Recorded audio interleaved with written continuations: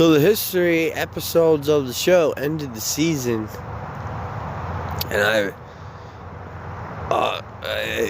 actually ran into a few bands that want to be on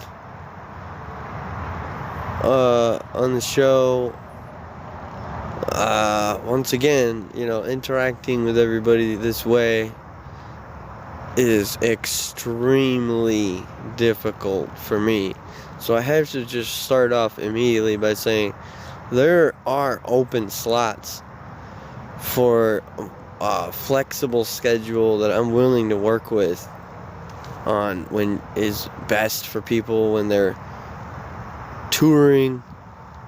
We can video chat. When you're not actively touring or recording, we can video chat. When there's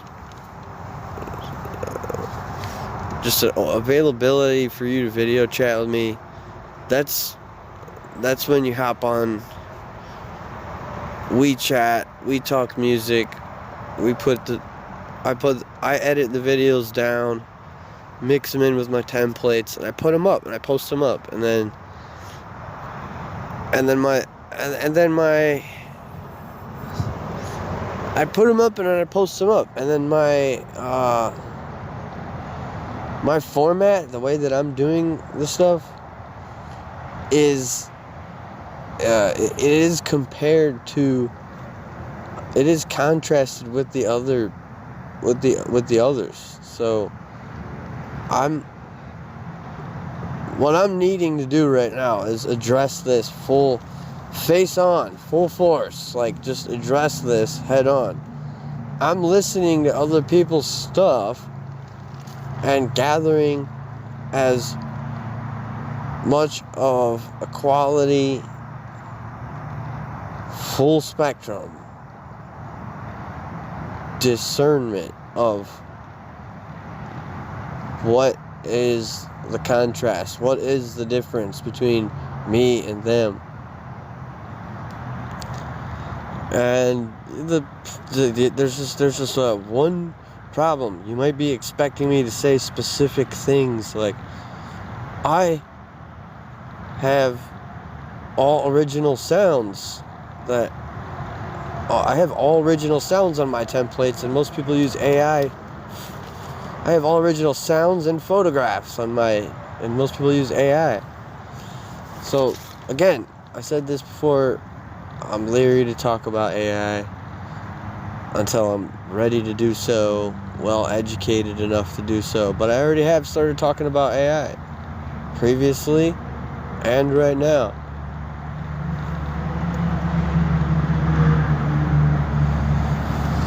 So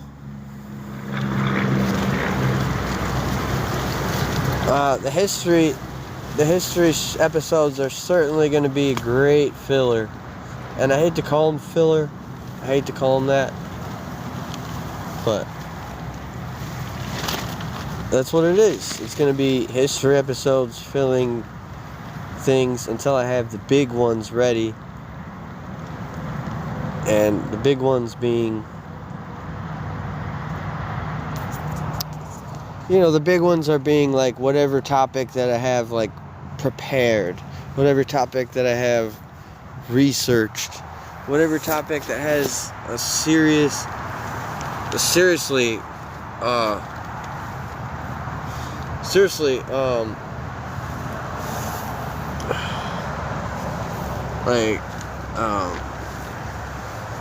relevant, relatability to a seriously relevant relatability to me and this show, as the ideas that have been thrown into the show about music, mythos,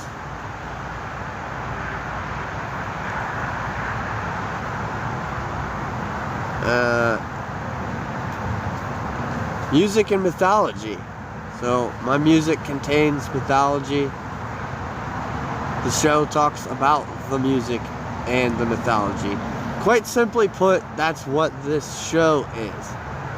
My music is mythological. This show talks about the music more in depth, explaining and describing what paths and navigations go through and channels that are gone through to get to the creation of the music that contains the mythology. This is interesting to a wide range of audience. I just have not reached that audience yet. So with all the episodes up so far, I'm able to really coast and just autopilot, take it easy for a while. Unfortunately, that's not acceptable. That's unacceptable for me. So I'm not really taking it easy, but just conceptually speaking, I'm taking it easy. I'm taking it easy, okay? I'm taking it easy here, folks. So when you guys hear some of the history topics on the show from here on in, it's gonna be to have the relatability to what its other half is. It's related to that. And that's going to be really what the fun part is, because the big one that I have for this season is, spoiler alert, the Nibelungen line. And those other stories attached to it by, we're going to be looking into who wrote that. Is it the same person that wrote all the stories attached to it? We're going to be looking into the characters, on what are some of the reoccurring ones. We're going to be looking into why there are separate stories about it. And so I'm going to be just calling that the big one then. I'm just going to say that's the big one for this season of the show, with with that being a glide along on the edge of whenever we're ready to get into the mythology aspect of things, as that is reoccurring. So mythology is a word too that I want to discern very briefly, that it might not be accurate. Mythology might not be the correct word. Maybe lore. would be another good terminology. And as always, I'm ever ready for diving into all the lore and the mythologies and having, you know, the correct terminology and discernment between lore and mythology. It's not quite like I'm going to spend a lot of time saying that the difference between these words is what I'm focused on. It's the actual content that's the main focal point.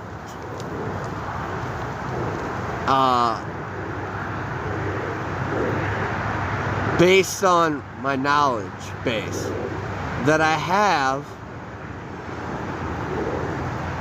with literally putting zero effort into researching.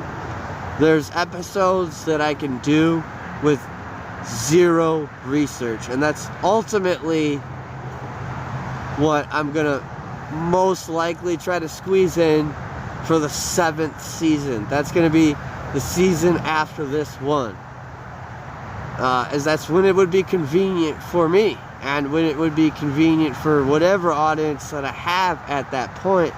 As right now, I don't have any actual interactions with my audience. I have an audience, I just don't have any interactions with them, and I don't know who they are at all.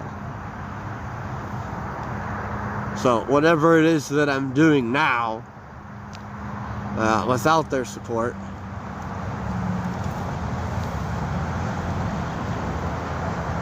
it's ultimately very beneficial to the show. It just isn't beneficial to me at all. So you can actually support me with the massive varieties of content that I have available right now, with the cash tag attached to each one of the videos. It's available in the description. And also, if you follow me on X, you'll find my cash tag button conveniently located right on the top of my profile. That cash will go onto my Cash App account.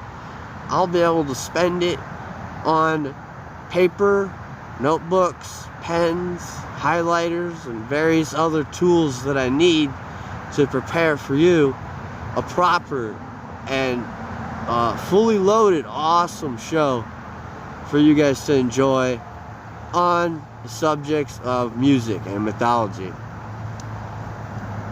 Well, like I said, on the last season we had a couple history episodes. On this season we have the big one, and then we have the history stuff, and then, you know, of course, while you're waiting for that, I'm going to try to squeeze in as many musician interviews as I can. But I don't like using the term interviews the same way that I don't like using the term mythology as well, as it's not actually an interview. I throw in questions and kind of make it feel like an interview, but it's more of a hangout. It's more of a chat. It's more of a chill vibe. It's more of us just, you know, you can get to know your artists, and one of them on the last season was a big hit. It was very successful and had hundreds of views, and people commenting saying how much they love that band.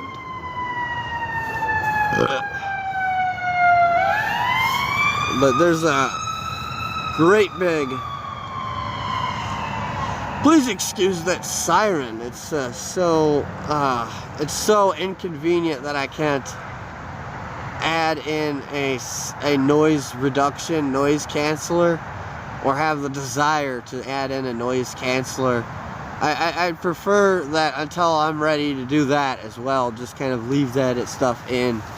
You know, when I'm ready, I can add in a noise reducer and just literally eliminate the siren in the background. But I'm not ready to do that yet, so I'll leave these kinds of sounds in the background for now and keep the show quite originally untouched. And with but let's get back on topic here.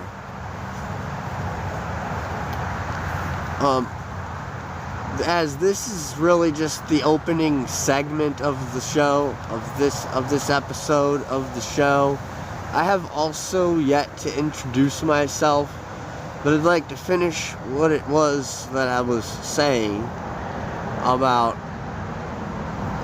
how I would really tell you how I like to set the premise of conducting the chats with other artists. Keeping it chill allows for just all around better quality, to allow for there to be something left over after, to the degree of right now I can't find the time to follow up and ask the artists how they're doing, but I do at the right time. I follow up and have followed up on these artists that have been on the show already, and asked them, hey, how are you guys doing? What's up? Etc., etc., yada yada. And I get the I get the responses, and likewise with the right time, with the right timing, I have to tell you guys what response that I got. And so with that, you know, that the time is now for that. And that is where I've had some artists on the show that doing the recap season finale of last season. I told you what country and genre of music, but I didn't tell you how the follow-up messages go. So when I say the time is now, I don't mean immediately. I mean like either at some segment of this episode, or shortly thereafter, you know, 1 or 2 episodes after that. An entire section of the show allows for you to see on the screen as well as hear me telling you what they said when I asked them how they're doing. As that makes it more of a special and uniquely authentic experience.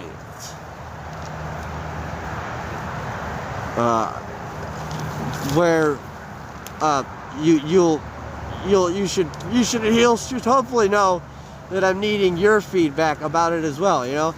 So it's a little confusing, it's a little complex, it is a lot of work, it is a lot of time. And again, I'll just remind you that you can find my hashtag in the description of every video I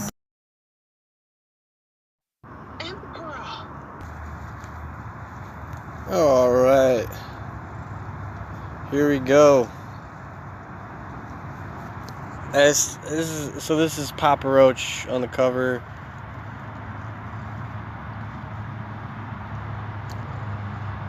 Of this issue of Metal Hammer UK magazine.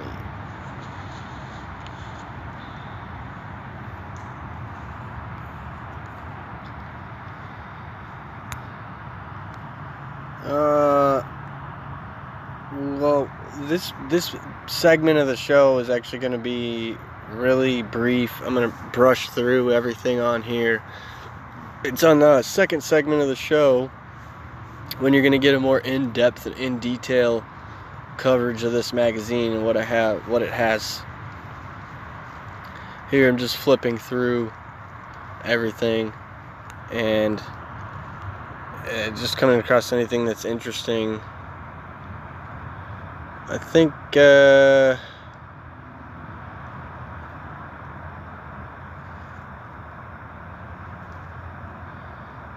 I think this is what I want to look at real quick. So it's just it's gonna be good to just cover whatever's in here. On this issue of the magazine, the only actual article that I really covered is already up. I think it's either on a bonus episode of last season or it's a full episode, and it's the one with Serge Tankin. So it's the interview. There's an interview on there with him, and there's some pretty good, interesting stuff. It'll be the second time that I've seen the word meditation mentioned, and artists talking about how it's beneficial to them, in case you're interested in that. So this is what I'm looking at now here with this is a new documentary from Blind Channel, and they suggest the dangers of burnout. And zooming in here, there's a couple bands on here, a couple albums that you're going to want to check out. So, Thy Cattlefack and 12, I'm not even going to try to pronounce this correctly, but I'm going to try to pronounce it. Gyanyoru El Muk Ezutan Jonik. It's extreme metal and Hungarian folk transformed into radiant futuristic vision. Defined as avant-garde metal. That album is on my top 20. Make sure you go and check out next episode of the show where I cover the top 20 albums of 2024, as that album is on there. Here we have an article that you're going to want to check out. This is a good way to do this. This is a good way to close off the year with covering this magazine, as me brushing through everything is just going to show you what you might want to check out if you're into the same genres and into the same stuff as me. So this is an article you're going to want to check out, as the Poison Ascendancy Tour is making its second go.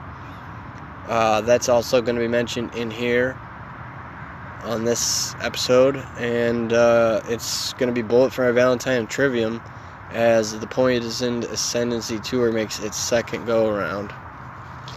This is also the second time that they're going to be on this magazine. Scrolling through here, so symphonic metal veterans talk rebirth and resurrections ahead of their 9th album, Epica. Symphonic metal Epica. Gonna want to read that. Links to the application used to view this digital version of this magazine are available in the show notes, and I believe I've shared the link to the actual magazine from viewing it within the app. If you download the app, you can also have the option, if you have a Kindle, an Amazon Kindle or something like that, you have an option to even view this magazine through your Kindle as well. So you can start with that app, and then you can get your library card and get yourself all set up with this.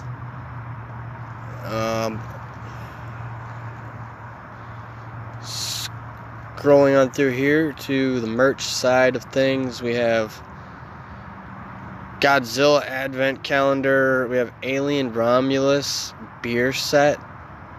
I mean, that's need a drink. I'm going to read this real quick. Need a drink after watching Alien Romulus? Us too. Quench your thirst and try to forget about whatever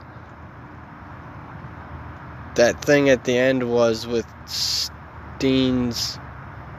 Siren's Craft Brewed fruited sour beers, plus a lovely tumbler glass to boot. Wow, that's a really cool set. I mean, I can't see the euros. It looks like $14.99, 15 euros for that set. That can't be right. No way. It costs that much for a regular 6-pack. What is this though? What is this? Is this a 4-pack? Is this an 8-pack? It looks like it would be an 8-pack. So if that's like maybe an 8-pack of beer plus a tumbler for like 15 euros. Okay, maybe that does sound about right, but still, I mean, what is it though? Is it a 6-pack? It couldn't be a 6-pack either. Maybe it is. I don't know. But that's a really cool beer set that I would love to pay for. I mean, even just to have it shipped overseas. Pay for this beer set, have them ship it overseas, have it make it across the pond. Have that fucking tumbler. That's badass. And here we have Sodom book pack, deluxe book pack. Tapping the Vein, vinyl set, 2 discs. Book comes with a book. I cannot see the price on this one, but it looks like it says maybe 145, 175 euro. Emma Ruth Rendell poetry book. And next up here on the merch, I think we have 2 more pages.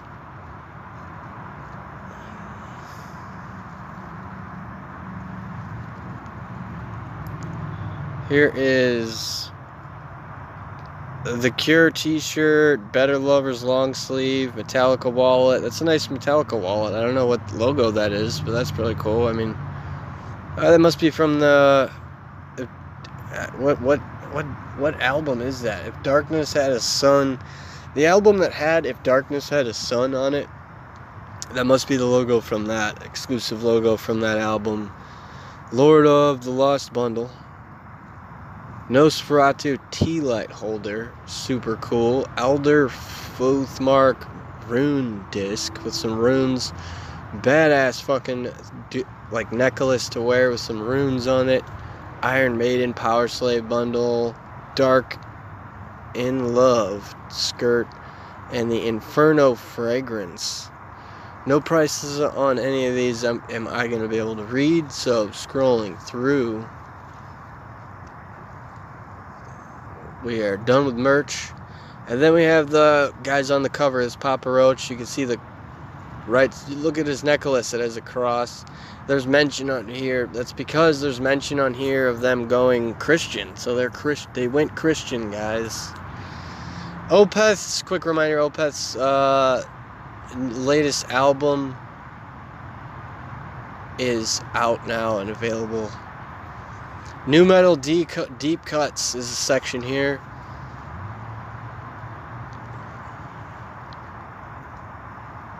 And this I had to spend some time staring at, wondering what Camel song is from Korn, and from End of Days what that is.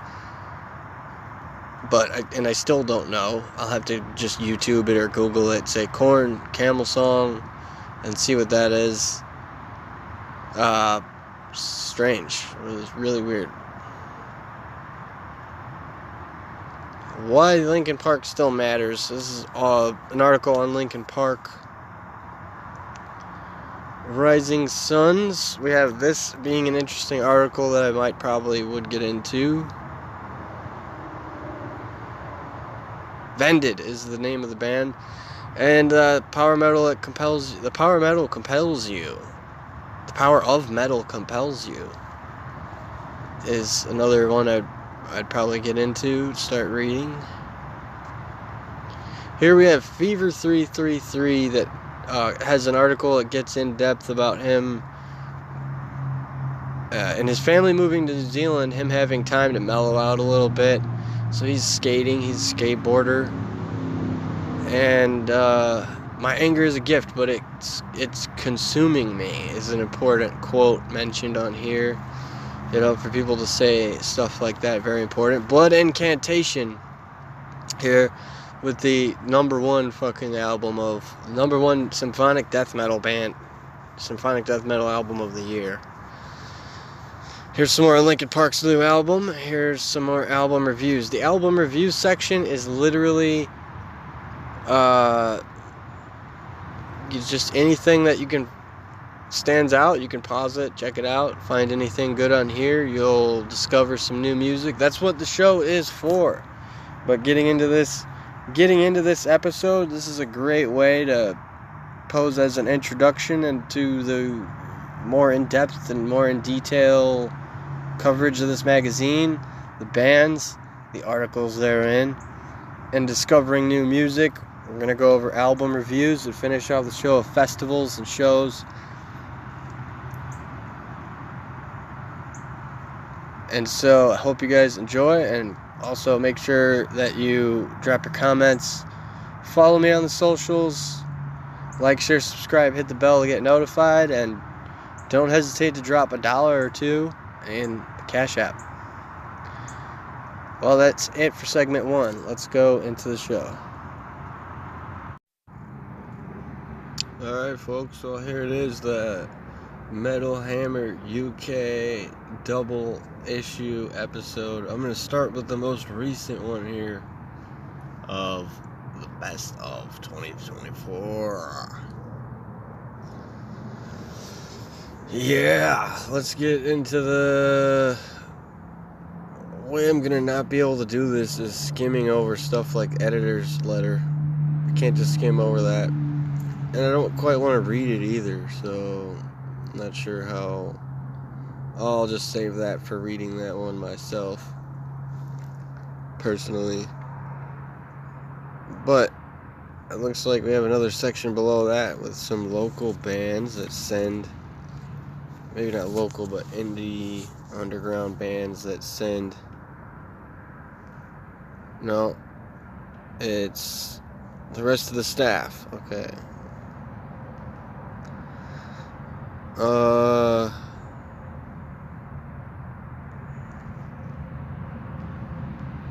I don't know, I normally add in so much of that in-depth detail banter that I'm not feeling like doing that today, really, so I might not do that, but hey, here I am, I'm here, so I didn't even want to do this episode actually with me, any of the video of me, but I'm on here. I'm on this one.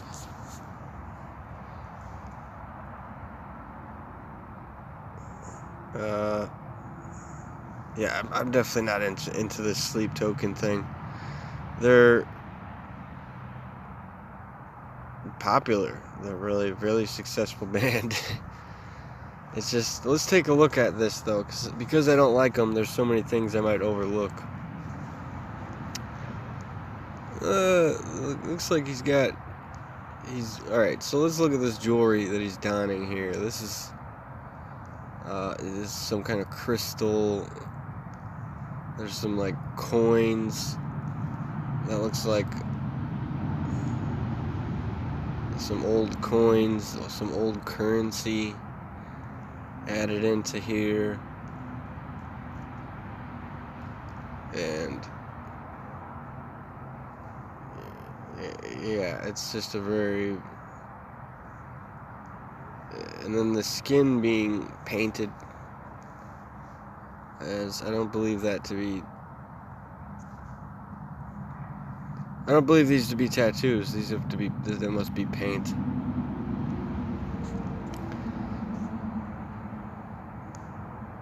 Then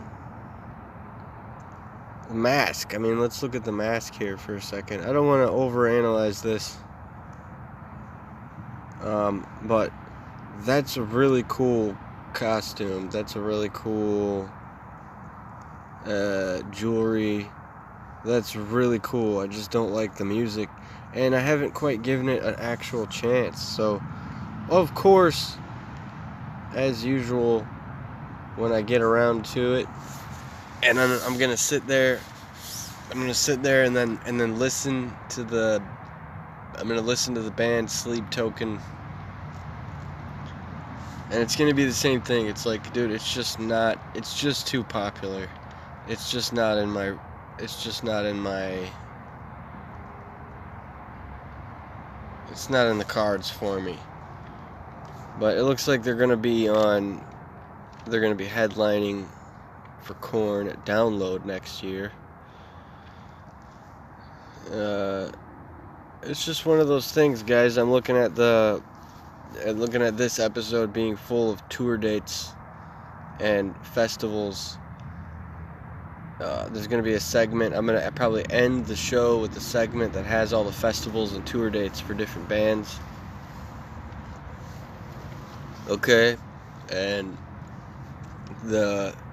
thing I've noticed already with American festivals and tours is they don't have any of their lineup full yet, other than the one festival that I have featured on here. But I've just featured a handful, or one or two over more than a handful of festivals and shows for this episode. But I've been looking at 2025's Download Festival. Looks like they're gonna have Green Day and Korn. Sleep Token's gonna be there. That's a UK band. Anyway, let's read this article here. It's the Sleep Token have been announced as headliners for Download Festival 2025. They'll play on Saturday, June 14th, between Green Day headlining on Friday and Korn closing out the weekend on Sunday. It will be their biggest ever performance. The masked band formed in 2016, but quickly rose to fame after single The Summoning went viral on TikTok in 2023. Their third and latest album that year's Take Me Back to Eden reached number 3 in the UK albums chart and broke the top 20 of the US Billboard 200. This November, they played at UK Arena Tour, peaking with 2 sold-out shows at London's 20,000 capacity O2 Arena. Sleep Token's anonymity has helped cultivate a sense of mystery, especially when it comes to their backstory. The frontman Vessel refusing to do interviews in the only one he's done with Emerald Hammer 2017. He stated that the band worshipped an ancient deity called Sleep. Our identities are unimportant, said Vessel. Music is marketed on who is or isn't in the band. It's pushed, prodded, and molded into something it isn't.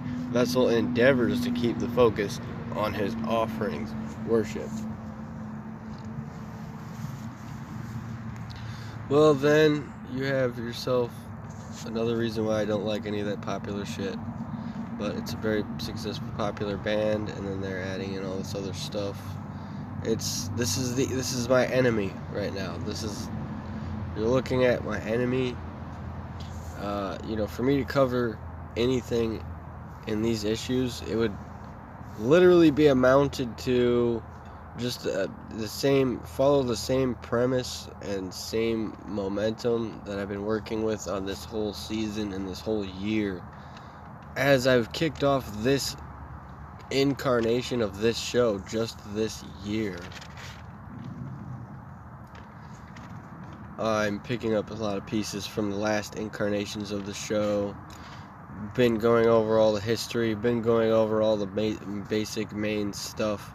So once this year is over and this season and this introduction of what I do, then this is going to be really good to fucking get back on track and just have the shit be normal to me. But it's safe to say I won't be covering any of these articles and talking about this stuff and looking at these bands at all for any reason.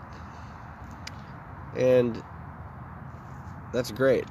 I'm loving the feeling right now of the rev up, of the warm up, of getting ready to fucking go into feeling sort of nervous about it, but also pretty confident. I'm pretty confident in what's to come. So it looks like we have 2025's epic summer of live music. Might as well start off the show. Took a little detour with Sleep Token. Might as well start off the show with that. Summer of live music. That from Sleep Token at Download. Iron Maiden Stadium mega gig. The summer of 2025 is shaping up to be massive. And there's me. Here I am scanning the fucking paragraphs here for looking for the what festivals or who's going to be where. But I'm just going to list off whatever bands that I'm seeing. Okay, Bloodstock. That's going to have Trivium, Machine Head, Gojira, Mastodon, Emperor, Lacuna Coil, Ministry,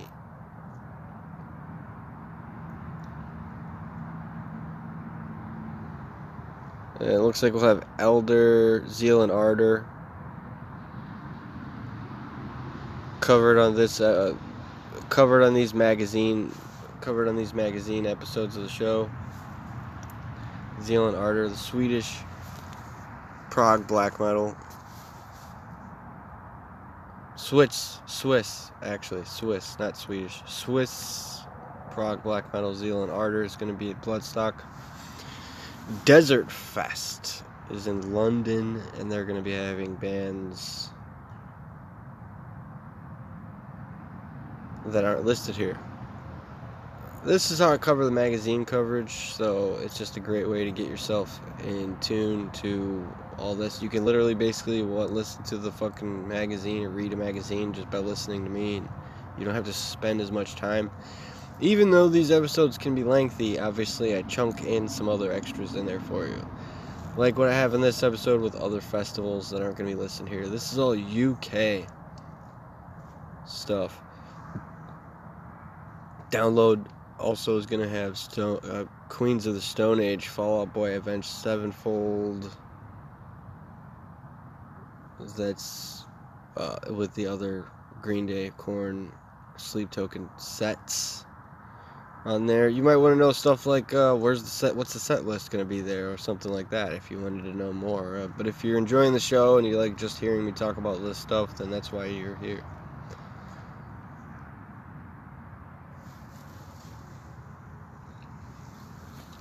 Demi Borgir, Within Temptation, Papa Roach for Whackin'. Let's get into Whackin' here, because that's going to be, well, it says that it continues to stake its claim as the world's biggest music festival. Whackin' Open Air. That's Gojira, Machine Head, Papa Roach, Within Temptation, Demi Borgir, Apocalypta. And Machine Head being the San Francisco, California, United States band, legendary metalcore, I would say metalcore off the top if I didn't have the actual exact accurate definition for what genre. But I would say metalcore, even though it's nowhere near most metalcore bands. I mean, they have a unique kind of bluesy groove metal. That's probably more groove metal than anything, actually. And it looks like they're going to be so for them to be at Whackin' and Bloodstock, that's huge. And seeing them so active on the socials, one thing I do want you to check out with that band is the Electric Happy Hour on YouTube, with lots of live performances of their songs, lots of appreciation for alcoholic beverages. So if you have any triggers, or if you have any triggers, or maybe you happen to be in recovery from alcohol or something, don't watch Electric Happy Hour, and most likely don't be into this kind of music at all, because there's usually lots of alcohol involved. Despite all the stories, I hate to jackknife and just wedge a knife in between shit, but despite all the stuff with specifically like Korn and Slipknot that I'm seeing right here, going to be at Nova Rock, they have lots of success stories about overcoming recovery. So triggers are not riddled inside of all of this genre. There's plenty of inspiring ways to overcome any alcoholism or drug addiction, and it's a reoccurring thing. It comes hand in hand. It goes hand in hand, folks. Ohio Sonic Temple. So this is global, especially considering we just went from Whackin' in Germany from Download in London to Whackin' in Germany. We have Ohio, United States, Sonic Temple. And they're going to be having Metallica and Linkin Park.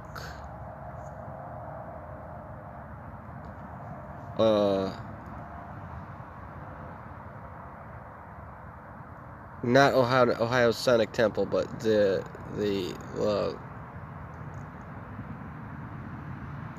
I don't know, unless Ohio Sonic Temple's in Las Vegas, but it's just Las Vegas Sick New World. Yeah, so that's why I said that it wouldn't make any sense. But Las Vegas is Sick New World. That's all your favorite 90s new metal bands, including Evanescence, Queen, Stone Age, and Korn and Linkin Park and Metallica.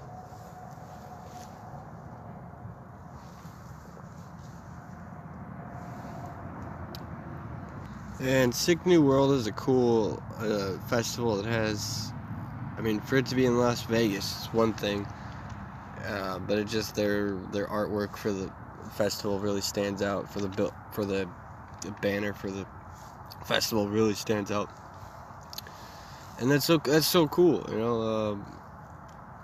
It's the Millennial Metal Festival. For millennials.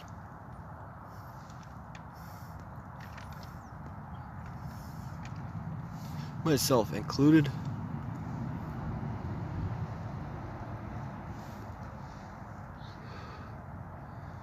And then it looks like we have a couple more on here too. But what I want to read, picking one out of this last two paragraphs, what I want to read is that there's Slipknot's Iowa's favorite songs, a typo is there, songs will be hitting, not Sons, songs will be hitting the festival circuit in the summer of 2025. That's, I'd say one of their Slipknot's most acclaimed albums is Iowa. It just doesn't have all the good deep cuts that are featured on the self-titled album. Really, the self-titled is the Slipknot fans' favorite album. But Iowa's going to be playing, the favorite songs from Iowa is going to be on there. That's the one with the picture of the goat head on there. And it will be hitting the festival circuit summer 2025. No British or Irish dates other than download, and Not Fest UK edition is going to be returning. That's huge news, guys. Not Fest returning in the UK edition 5 years after they were forced to scrap the original event due to COVID. It's still up in the air. It's still a let's hope so scenario.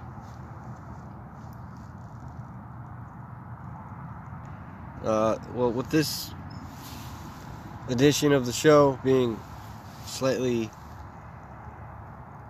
altered after next year, after this year is over, I'm brushing through all the sections I don't want to read and I'm not going to read. I'm not going to read Body Count and Ice-T. Liz Selfish. This is deathcore Cali punk inspired Bratz vocalist. Create your own genre called Bimbo Violence. So this is the lead singer of Brat, vocalist of Brat, who's going to be at one of the festivals announced at the end of this episode.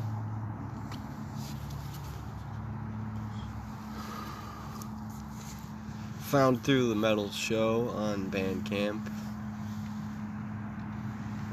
Brat and their Bimbo Violence style is certainly a bit of a pleasantry to the ears, as well as her being a very pleasant image to the pretty easy on the eyes gal,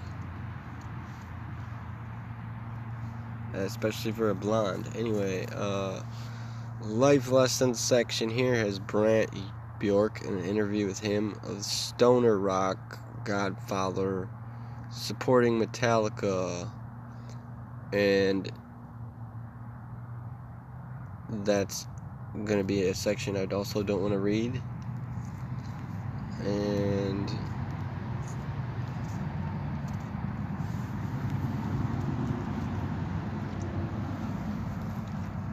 here he is, Brant Bjork.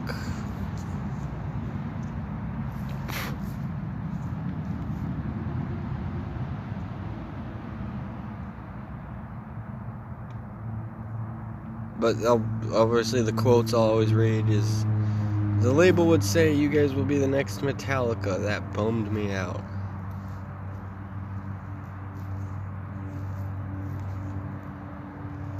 Well, here we go. This is the section I didn't want to read, as I have a long history with Mastodon.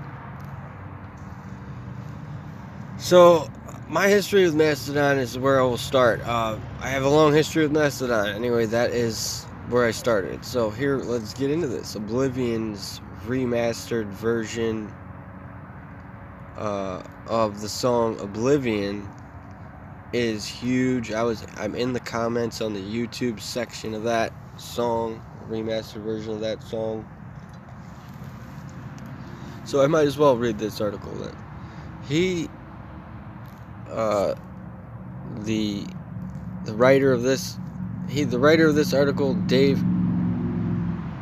Everly, says how teenage trauma, head injuries, and a team up with the producer who broke Pearl Jam took Mastodon into the big leagues.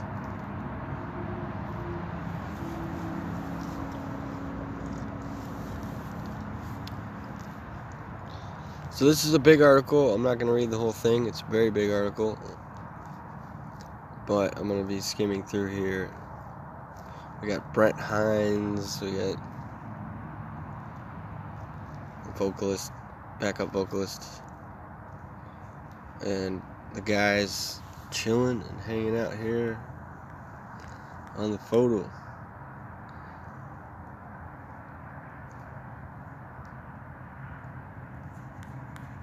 So if you want to read this article, what I like to do is hold it steady so that while I'm skimming through to see what I do want to read, you can pause the video if you want and read the article yourself.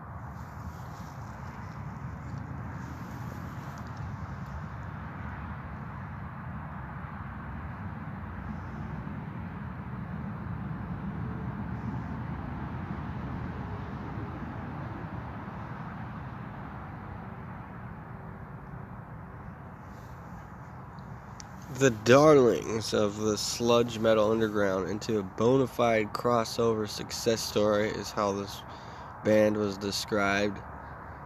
And yeah, sludge metal sounds right. Yeah.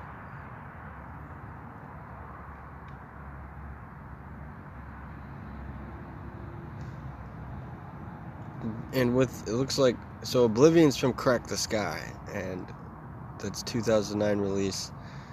That's just way 2009. I can't believe that. I can't believe that at all. That's crazy.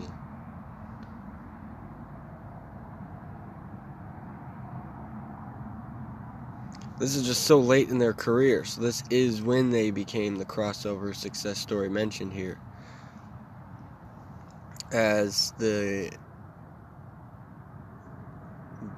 Leviathan. Okay, so you can find, if you want to know more about this band or something like this, like the importance, why this band is important, honestly, you should check out the article that I read about Leviathan and that album being what hit them off, made them.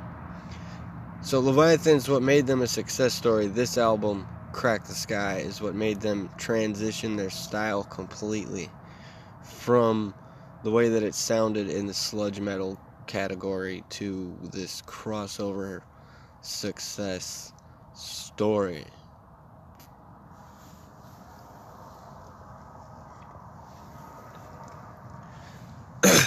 On that Leviathan album is where they had all their hits, and then those hit singles with the music videos to go along with it. That's where my history with this band is, of watching the music videos.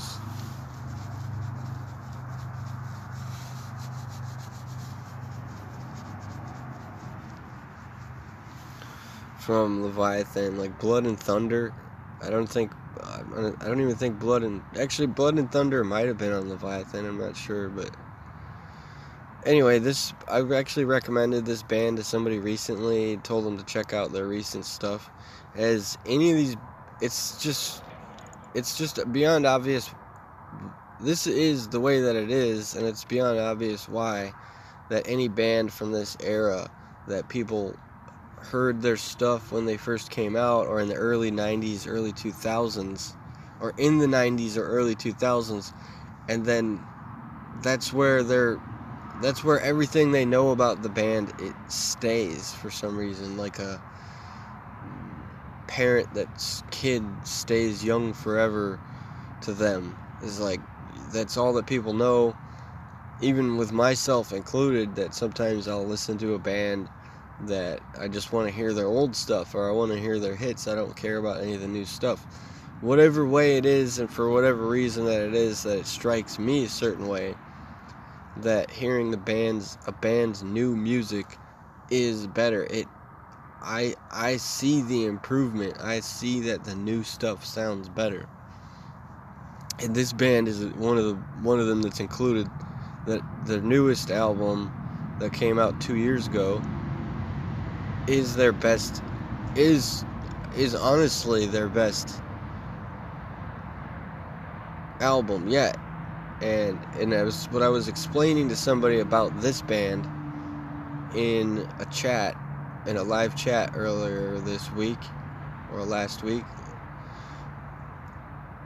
that they have the more difficult riffs on the new album.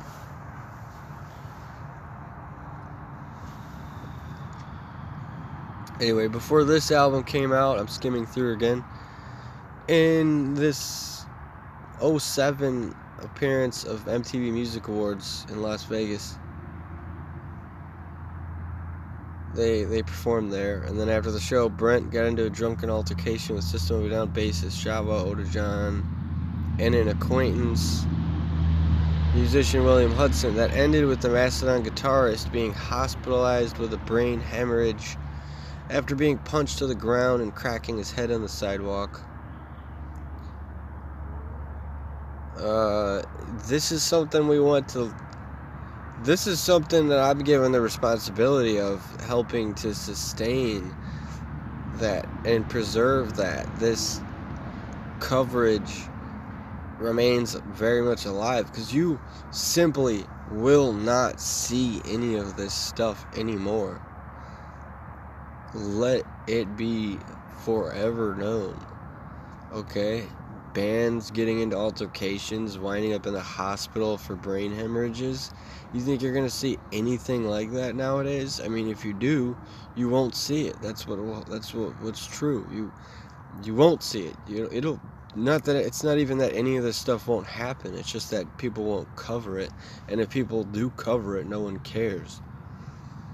So, I mean, honestly, like, really having this kind of stuff be in my lap as my responsibility, I'm honored to fucking cover that this happened. I can't believe that the bassist for System of a Down gave Brent Hines, featured here, brain hemorrhage.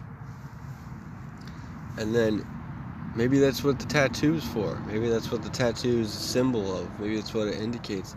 I don't know. I'll have to interview Brent and then find out these kinds of questions. I'll have these kinds of questions queued up. I want to interview Brent now, and then I'll have these kinds of questions queued up, and then I'll tell him, yo, that's sick, that's awesome. And people always care about interviewing artists. I don't know what'll change there, but for these kinds of stories to be dying out and everybody growing so soft, that's what the is what it is scenario is. But he recovered though, and the incident left him with severe vertigo. So vertigo is dizziness. And that's, certainly would help add to, if you've ever seen their performance. They did an Adult Swim performance I should actually post a link. I should post a link to that in the show notes, so you could just easy click, go straight from here, from where I'm saying, if you want. If you're one of those slow pickers at episodes and you pick slowly at little portions of the episodes at a time, you could just leave now and go to the link and check out the Adult Swim performance of this band, and they do where they do a lot of songs from the album Emperor of Sand, mostly Emperor of Sand, Asleep in the Deep, The Mother Lode. That whole set I've watched so many times because it's such a great set, and put the link on there for you guys to check it out. Would show you what I'm talking about, because I'm referring to his live Brent's his stage presence. The way that he does his live sets is like, oh yeah, that guy has vertigo, that guy has brain damage.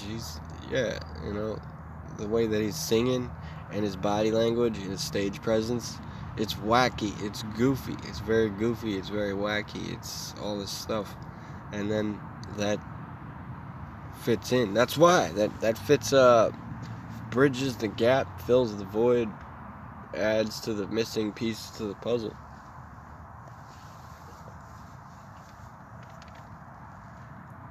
So it goes into more of that and the repercussions of that. As I said, if you need to, you can pause at any time and read the article yourself.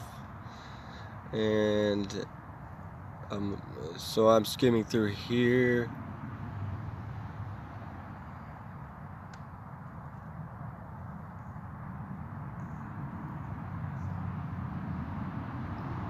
So this whole article is about Oblivion. It's about the history of Oblivion. What it's just saying is they didn't want the drummer. It's the second appearance of the drummer, Bran, being as drummer and vocalist on the track. They didn't mention earlier that they didn't want Bran to be the first voice that they hear for the premiere of their band, but this is Bran's second appearance as vocalist and drummer on the track. So he's on there. And one thing being that I'm covering this article, one thing I do also want to add into the show notes to make sure you guys check out is just me collecting and adding videos and links to the videos that are relevant to the discussion that I'm talking about. Like the making of the music video for Tear Drinker, and the regular link to the regular music video Tear Drinker. With that song, it's totally unclear to me what album that song is even on. I don't even know what song that album's even on. Can't be on Hushed and Grim. It can't be on the most recent album. I don't know what album it's on, but just having there's like a couple songs like that aren't on the most recent album, but whatever.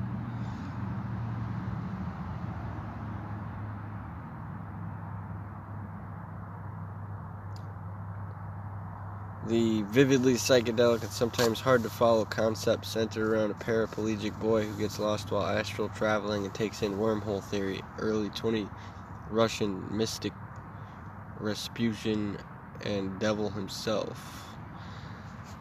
Well, that's the concept behind the album, or behind the song, Oblivion. And Oblivion is the beginning of it. This astral umbilical cord that tethers him gets burnt up by the sun, and he's basically lost in a wormhole.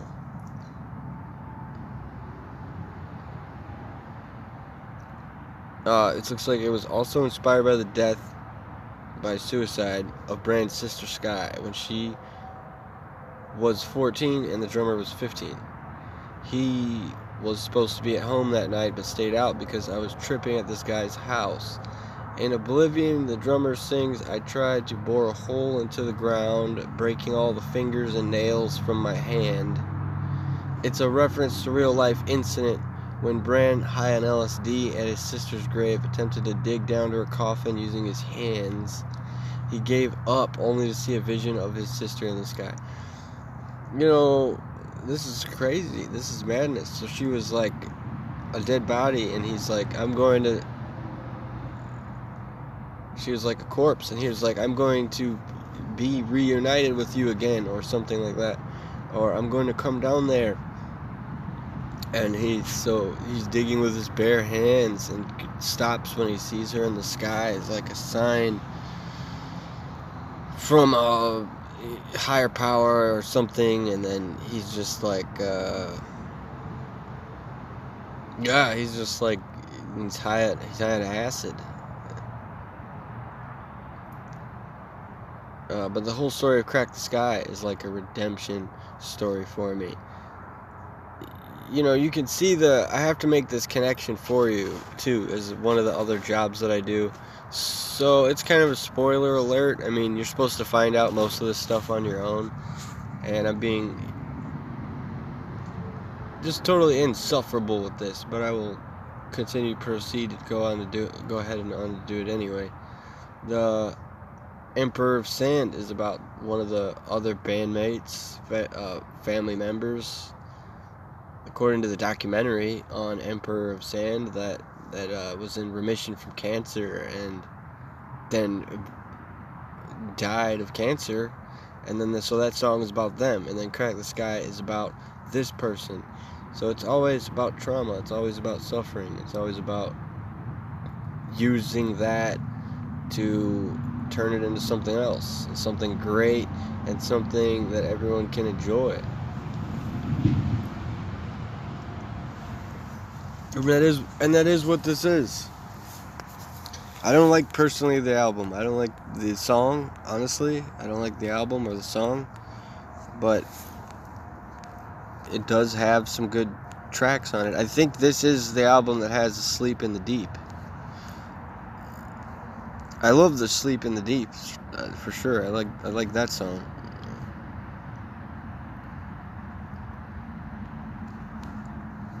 And especially the music video with the cat. That is single-handedly one of the most psychedelic videos they have, music videos that they have, and songs and all that. And, let's see if it has anything on that. Doubtful whether it'll have anything on that in here, because it's about Oblivion. But that is the whole article. I mean, the radio, it's like a radio friendly, it was catchy, it's a catchy song.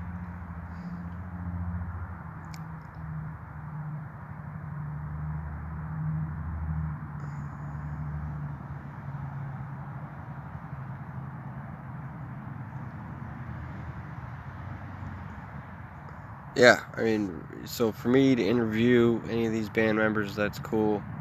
That's where I'll close off, and we're transitioning down over here to the next 7 hours after Violet.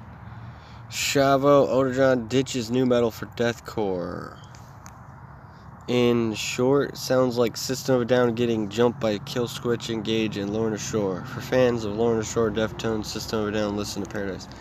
So anything in this category, I mean, this is all interesting to cover, but I can see now clearly what I just did with the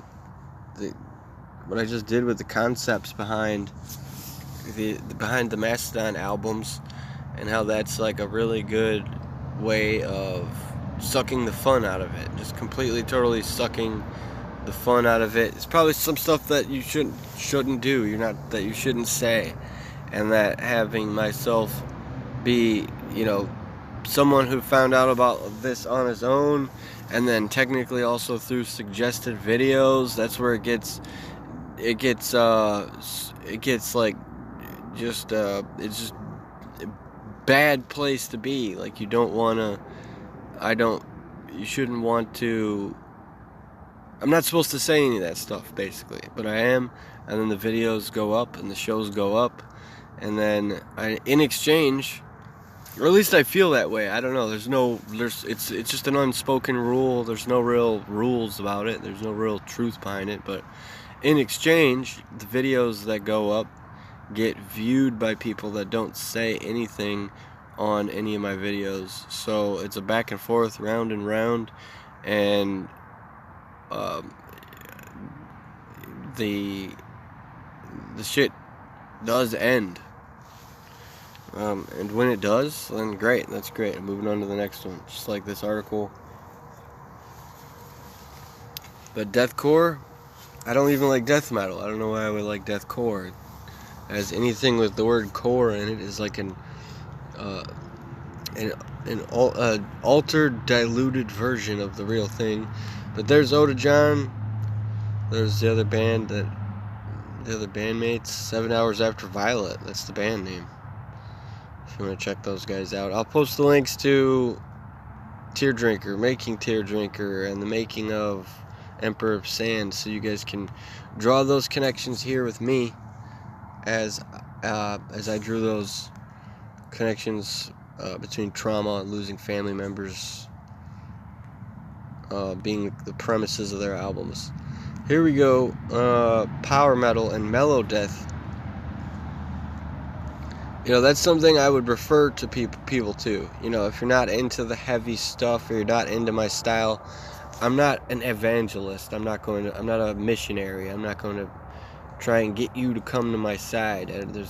There's no need for that. But if you're not being, and this is a cool photograph. Look at all the greenery and the castle, and then the big giant beard and beautiful lady, and then you have yourself a pretty cool article here that you can read. Pretty cool band. Pretty cool article. And this power metal mellow death. You know, that's where I would refer you to. If my stuff is not your cup of tea,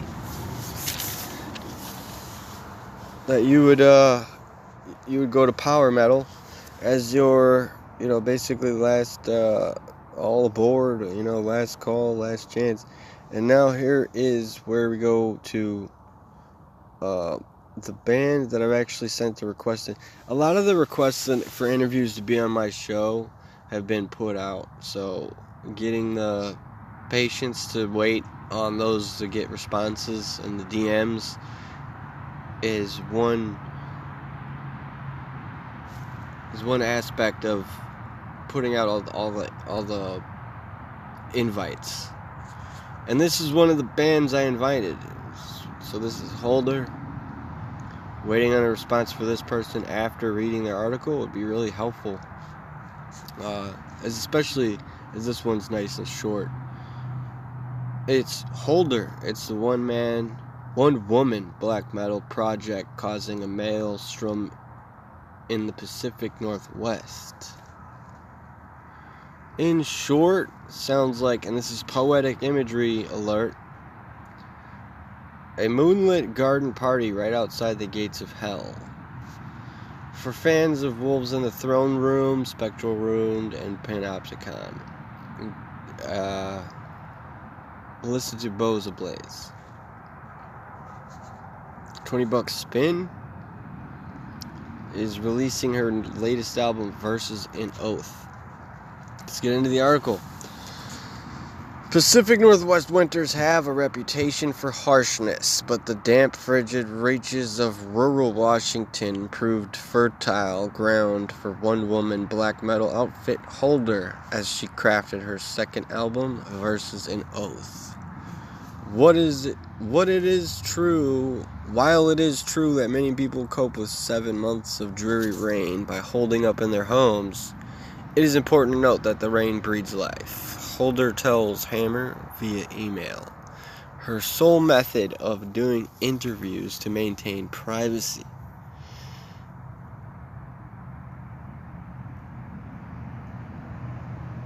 So she does interviews through email. Well, that's good to know if I'm trying to interview this artist, that I'll keep that in mind, as well as other artists in the future.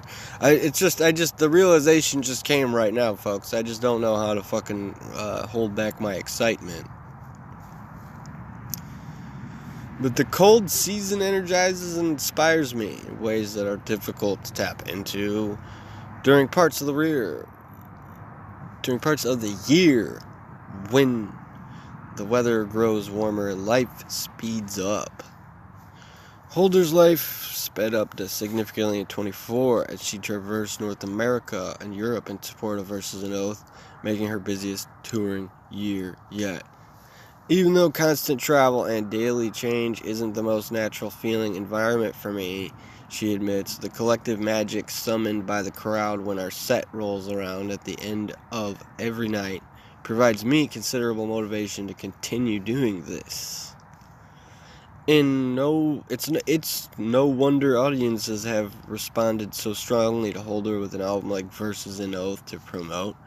Equally lush and brutal, its 10 tracks feature time-honored black metal conventions, larynx-shredding vocals, tremolo-picked guitars, and furious blast beats, but are bolstered by atmospheric synths, thunderous production, and evocative folkloric lyrics that reinforce Holder's self-described dark medieval black metal. Most importantly, this marriage of tradition and innovation happens entirely on Holder's terms. I have always chosen to pursue that which makes the most sense without outside input. That won't ever change, she says. If there is anything I have learned these past few years, it is the importance of striving for self-sufficiency, not allowing anyone else to influence or overpower my own instinct. Holder, in this interview, Rain doesn't stop play for Holder. Being that if I did end up ever getting the chance to have any of the interview, with the format that I'm doing it, then I would brag about it. That's what I would do. I'm not afraid. I don't brag. I'm not a boaster. I don't brag about stuff. But if I do brag or boast about something, it's because I was supposed to, or it's because I had to. It was because there was no other option other than to brag. I had to fucking do it. I had to do it. So, it might not happen. But I can't sit around talking about shit in the air like what would and what wouldn't happen. I could just say, DMs, questions through the DMs. I mean, I put enough time. I'm moving on. I'm moving on here to the next one. But these are prog metal guys. Here we're getting into merch next, so I can do a quick banter before we get into that. There's enough of an introduction type, and time put into the invite. If I've invited you on the show, and then you're on there, and I'm saying, this is my podcast invite or something like that, I mean, that's already, enough to just be this is your invite onto the show, and then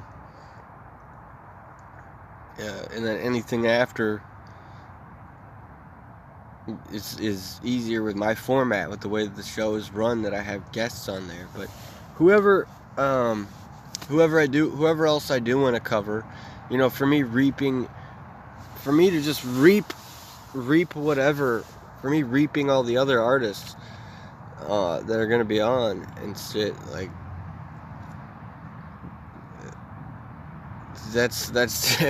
that's what journalism is. That's what my job is. I'm not necessarily a journalist or anything like that, but for me to be, I'm going to cover how the sound, what's the sound of my logic. I'm gonna cover that.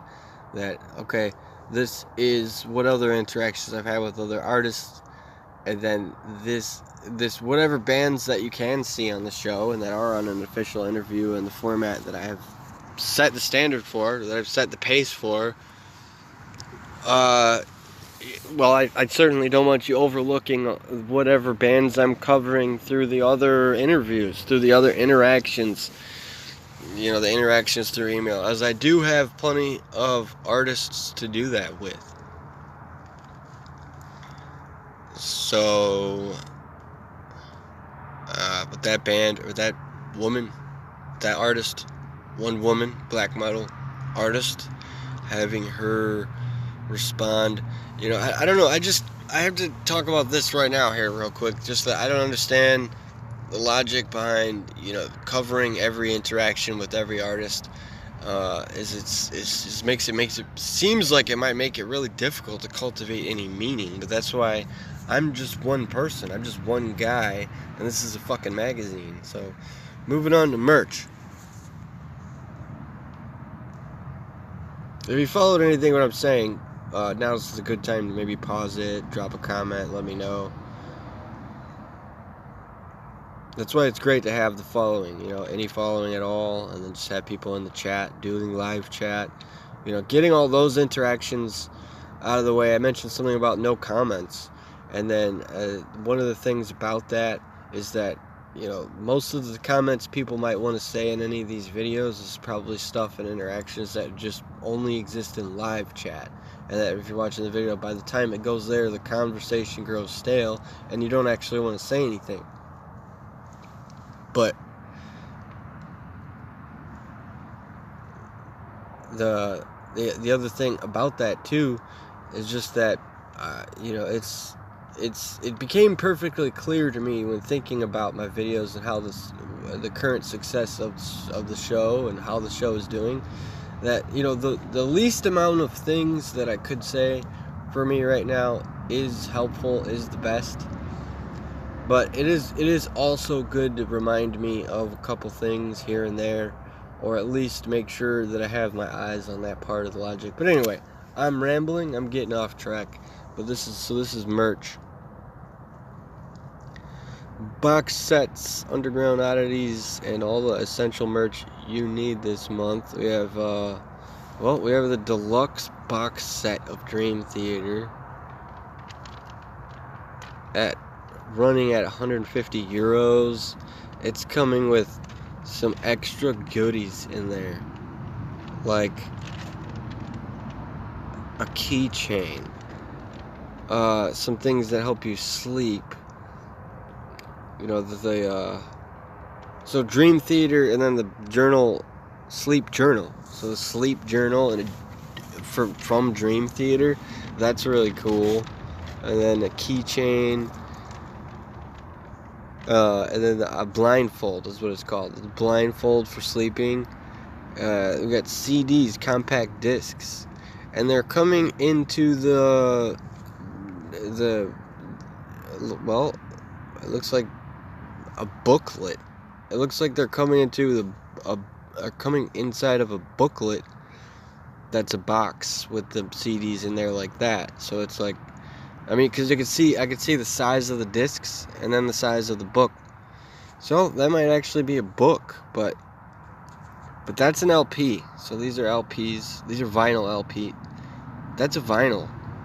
So that the vinyls go in there, and then the compact disc go into another one. And it looks like it'd be cool, you know, if it had like the box. It looks like it'd be cool that if like it had like the box and then the discs and the compact discs go into the different, just go into like one box together, where they kind of overlap or sit on top of each other, and then the artwork on there being closed eyelid, open eyelid, like a bluish kind of thing, and that's actually a dream catcher keychain. So the keychain's a dream catcher. I mean, that's really cool. I mean, for prog legends, progressive rock legends like Dream Theater, to run all that in for, you know, that kind of price. That's what the price is. The price is like, that's not too expensive and it's not too cheap. You don't feel like you're robbing them. It's the perfect price. And then posters. And then this certificate looking thing, whatever that is. But that is a deluxe box set, indeed. Next up we have, what I want to look at is, well, for sure the Sauron lamp. It looks like we got Sauron lamp running at 114 euro. I don't know why I'd pay $114 for a goddamn lamp. But that lamp would certainly be lighting many a lyric writing sessions. in my room. And those fucking prices on stuff for me to judge is, you know, I can talk about that, and then but I would but if but I'll have to talk about why the conversion makes it so that it's, well, that's like $150. But let's read what they wrote about it. Wondering what Sauron looks like at a school disco? Find out with this lamp's LED function. Japes aside, it's a breathtaking resin piece, handcrafted in Vietnam, not Moria, and finished with an intricate gift box. We have this lava-looking stuff around, this crystal-looking thing. That is so cool, though, because it's LED. So the light's coming from the lava around Sauron. Sauron's holding the sword in his right hand, and then he's got the ring. Just the ring of power. He's got the ring of power like in the center of the piece, in the center of the mold. But not that he might not have it in his hand, too. He might also have it in his hand, but it's also in the center of the mold. And the Book of the Dead prop? What is this? There's much merriment to be mined from The Mummy. Brendan Fraser stands and Tom Cruise apologists alike. Get this replica Book of the Dead and try superimposing wrestlers' torsos onto scorpions. Dore Death t-shirt. Dory. Death bestrides a pale horse, coming for us all. Making off color remarks about taxes. Celebrate our inevitable skeletal maker with this Gildan ladies t-shirt. Christoph Dory and countless black metal bands would be proud. Okay, the Papa Roach bundle here is from the last issue of the show. Well, also featured on this episode. So it looks like it just comes with a t-shirt. I'm just gonna get into whatever, skimming through whatever else is on here that looks cool. This is a Demon's Souls book. Running at 78 euros. You thought that Coheed and Cambria ghost lore was bonkers? You ain't seen nothing yet. Delight the geek in your life with this unofficial die cut, lovingly illustrated companion to the Demon's Souls RPG. Yeah, I mean, for sure, that's a must-have. If you're playing Demon's Souls,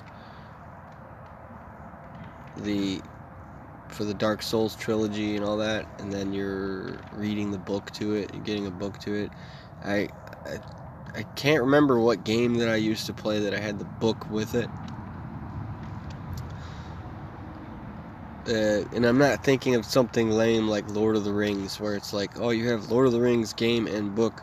That's not the same. That's not what I'm talking about. What I mean is that the book is exclusive to the video game or something like that. But whatever, that's nostalgia.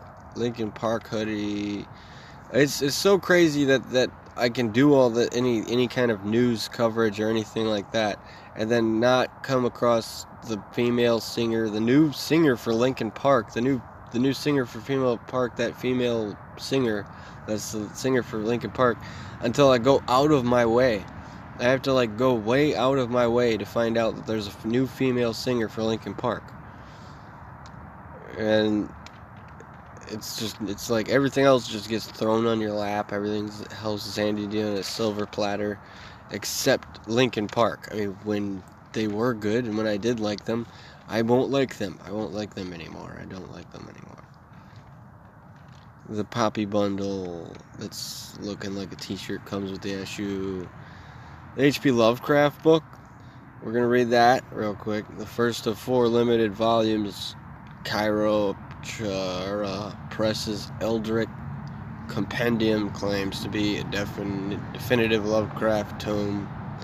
Sink into the horror master's earliest works. Just don't ask what his cat was called. Yeah, it looks like a collection. No title, no words on the front. That's really cool. Just the artwork. Just Cthulhu looking thing. Possibly a Cthulhu looking thing. I don't know if that is... Cthulhu's the most popular H.P. Lovecraft character, so it's probably Cthulhu. Batwing metal art for the wall. Really detailed strands and strigglies and strangles coming down the bottom of the wings, curling into like really sharp stuff. There's some red stuff on my screen. There's some patches and scratches on my screen that are not on the metal art. It's just straight black, just pitch black. Skeleton lamp, that's super cool. Just not as cool as the Sauron. I mean, even though really the Sauron thing, that's for kids, man. That's definitely for kids, for sure. I mean, the Sauron lamp, that's so cool, but it's still for kids. So anyway, lamps, tribulation. You know, who is tribulation? Who is any of this stuff? How much more of the issue do we have? Or how much more of the episode do we have? That's what you might want to know. But here's how I'm going to do the rest of the episode with just anything that's important to me is what I'm thinking, you know. But most likely, you know, what we're going to want to do for the rest of this episode is see what other bands I can learn about. I still obviously have yet to look into Zeal and Ardor. I've still yet to look into any of the other bands. Mostly when I find bands on here, I literally just, what I do is I go straight to the ones I know I'm not going to like Poppy. Just so that it's sensationalism taking over is what it is. It's sensationalism having a hand to play in trying to run my life and control my life. That I know I'm not going to like Poppy, but if I do like Poppy, it'll be sensational. Like, what part of myself am I feeding by doing that? I don't need to do that. I don't need to go and look at Poppy because I know I'm not going to like it, so that I can be expressing excitement from being surprised if I do like Poppy. But I don't like Poppy. So by then, I'm too fucking exhausted and pissed off to fucking be like, no, you know what? I'm going to save it for Zeal and Ardor. I'm saving it. I'm not going to do it that to Zeal and Ardor. I'm not going to have it be the opposite. What if it's the opposite? What if I go and say, oh, I know I'm going to like Zeal and Ardor, and then I go and listen to them and I don't like it because it's too commercialized and too processed and too industrial or something? That's most likely what would happen there. So honestly, with this kind of attitude, it'd be best if I just don't do any more magazine coverage at all. Or here's what you can look forward to the next season, the next year, and the next installments of this portion of these versions of the show. That I'll pick one article or something, and then just make a whole episode on the one article. And that way, you know, I don't have to stay in the magazine too. I can go bounce around, browse. Excuse that loud noise. I can go bounce around and browse around to cross-referencing, and then do adding in and piling in other shit, so that when you're hanging out with me, I'm not so much of a cunt because I'm not stuck in one spot here. Right now, we're just stuck inside the magazine. I have no problems with that, essentially. But I just forewarning, folks. You haven't given me your feedback or dropped any comments, so I have to do all the commenting for you. That I'm tending to be a cunt most of the time.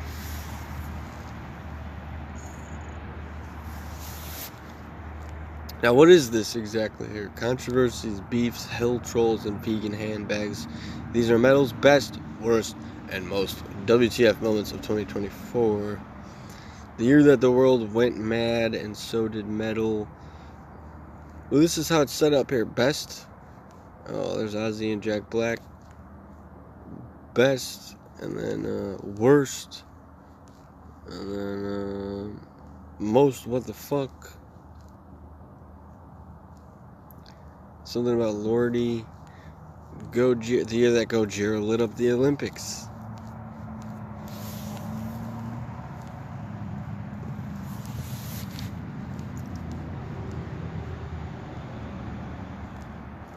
Another thing too that I'm gonna remind you of, I'm skipping over this as well. Anything that you do want to read from this issue, the link for it will be available in the show notes, as well as the application I'm using to view it.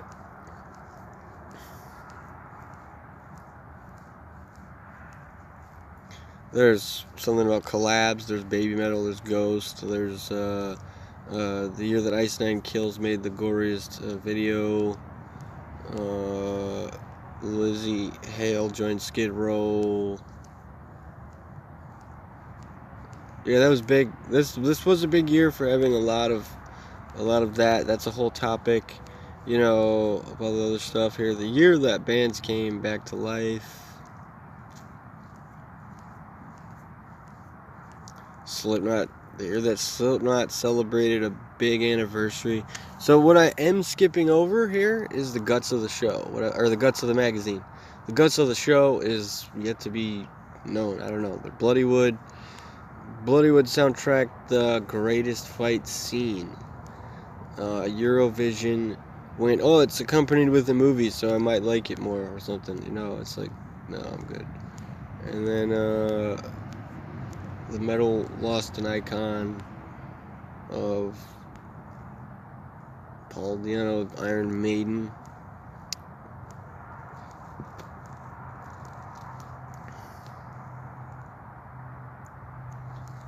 The year that Metallica took over Fortnite, and the year that Nightwish dropped an epic. Sweeping Concepts, Tongan Choirs, No Tour, Years to Wind was the year's biggest and most enigmatic album. It is a huge deal. It is a really fucking big deal for Nightwish's Yesterwind. All the coverage that we did on it, that was done on it, all the coverage that I did on it, all of the stuff that was mentioned about it in the social medias, that's all for the first this issue. So this is where the good stuff is. These magazines all just lead up to the album reviews here, and me picking and choosing and finding which albums that I want to talk about. And let's get into that. So the 50 best albums of 2024. Our writers ranked their favorite records, and we pulled them into one big chart. Get ready for the ultimate playlist.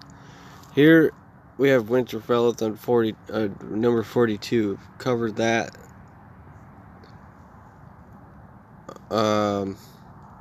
But I'm gonna find artists I want to interview and albums I want to listen to in reverse order on here, and starting with the record label. Undeath was evidently on the Billboard charts. Let's see if they mention anything on that on here. No, it doesn't say anything about the Billboard charts, but it says of course all the good stuff. That's Prosthetic Records and Undeath. It's a death metal band. It's a death metal album. And it's Billboard charts. Fucking death metal band on Billboard charts. Crazy. It's wild. It's madness. So, wow, this is really crazy. This is really weird. They're anthemic but gritty band of metalcore with lashings of arena rock, EDM, hip-hop, and even alt-pop, producing an album that leaked ambition for every pore. It was a head-spinning ride for this. Self-Hell is what you want to listen to.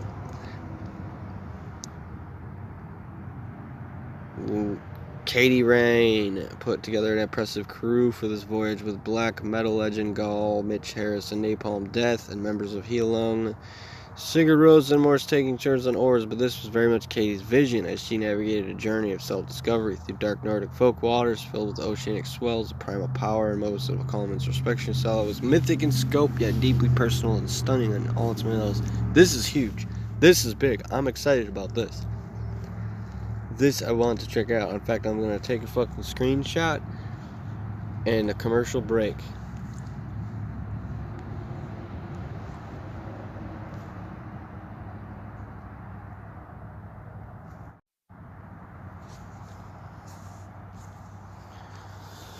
Welcome back. I'm playing some music for now, little tracks.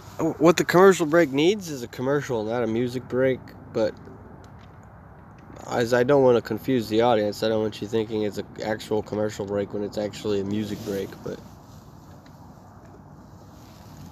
it is actually a music break. I'm calling a commercial break, and that is where, anyway, we get back into this. So, Metal Blades, Hammerford.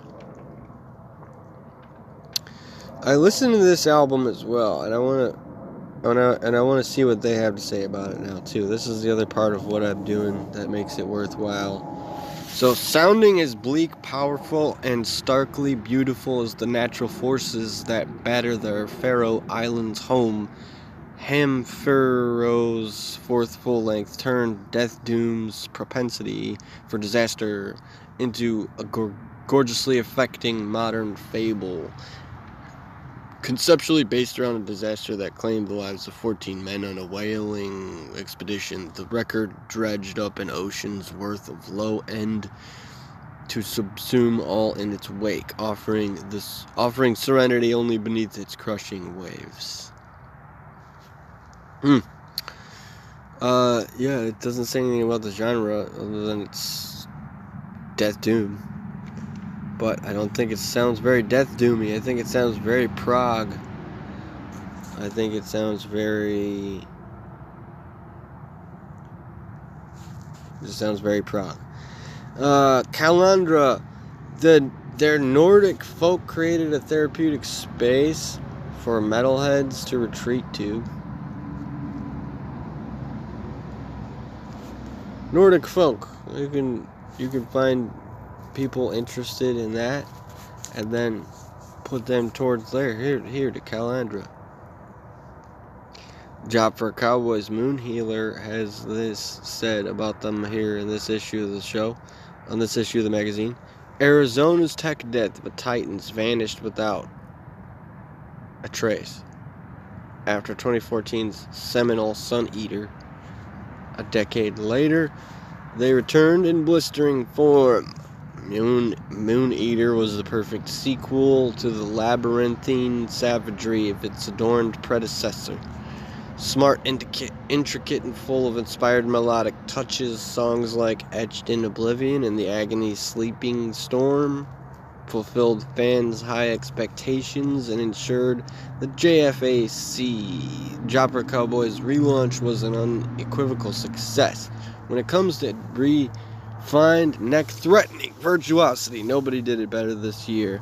I was there in the live stream for this. I was watching, keeping up with the music videos that came out, and that has a really important song to me that is really literally describing one of the most absolutely important aspects of my life, for sure. And it's not mentioned on here because they're mentioning Etched in Oblivion, The Agony Sleeping Storm.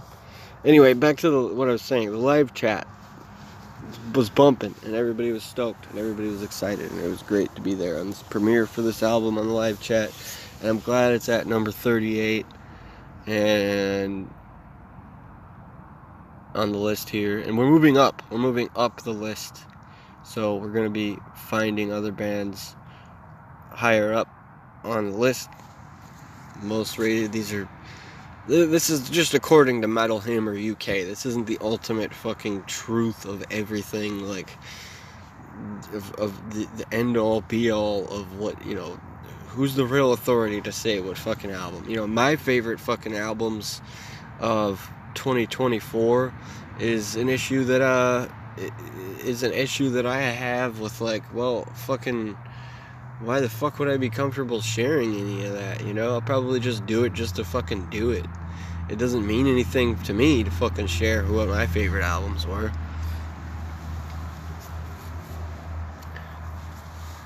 You know, now I'm not getting the fucking feedback, but thank you. That's pretty ungrateful attitude, but anyway, thank you anyways for the subscriptions and likes and views, and thank you guys for watching the show and all that. So, just, you know, making sure that I keep everything proper and do it properly, doing it right. I'll fucking have a best of 2024 of my favorite albums.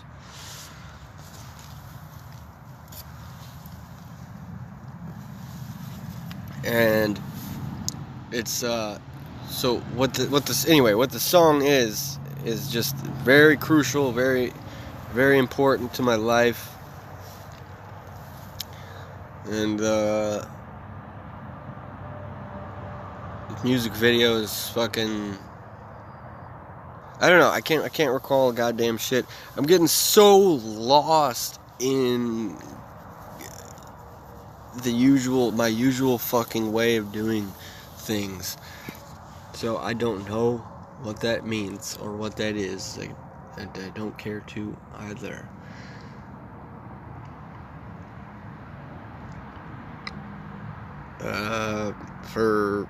Let's see. From Century Media, Tribulations, Sub Rosa, and Eternum. Looks like. Don't want to go there.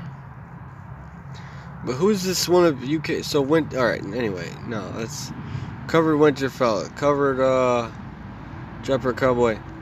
You know, with a lot of these labels being where I need to look, where I haven't looked, this is where I want to focus on, you know.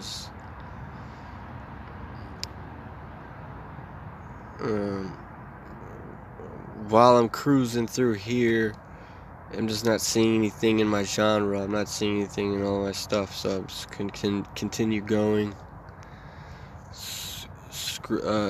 Cruising through here.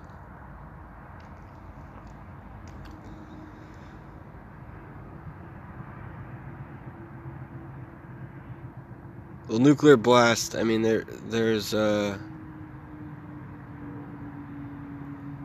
just releases from all these labels, but we're already here on fucking.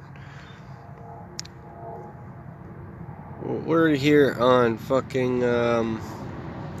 You know, for me to pass over Kerry King, that's just the same thing. That's just the same thing like I've always been saying. I've just never been into Slayer, never been into them. Megadeth, Iron Maiden, none of them. Don't like Lorna Shore, don't like any of that shit.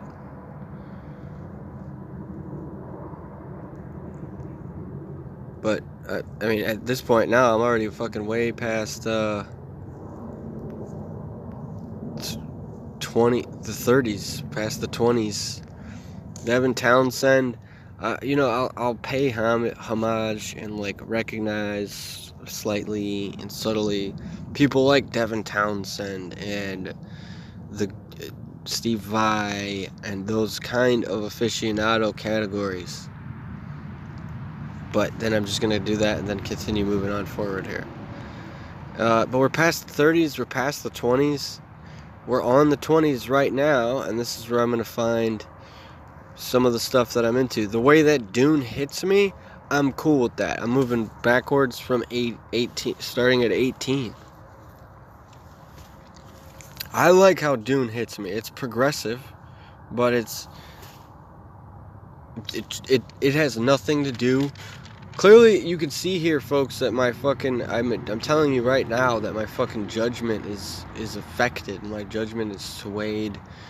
My discernment is compromised. From what I'm seeing right now. That Dune, the article that I read on him, this is a Metal Blade release for Voidkind Dune. And I'm streaming on YouTube. I'm streaming Dune on YouTube. and I'm typing in Dune. I'm finding Dune from this magazine. Then I'm typing in Dune on YouTube. Then I'm listening to it on there while I go hiking. While I'm on a hike. A literal hike. I'm hiking and listening to Dune. And that is my fucking life. And now I'm talking about it later. But what I am saying is just that my fucking discernment and judgment being compromised is like, Dune hits me the right way. Oh, I like the way that Dune is. And it's like, fuck this, man. Fuck this shit.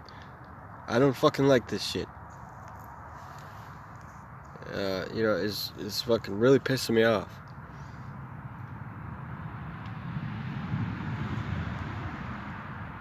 But that's a Metal Blade release. Here's Nuclear Blast with Lucifer 5. Darkly comic sermons about sin, wickedness, and forbidden love affairs. Still, somehow, it has something anthemic.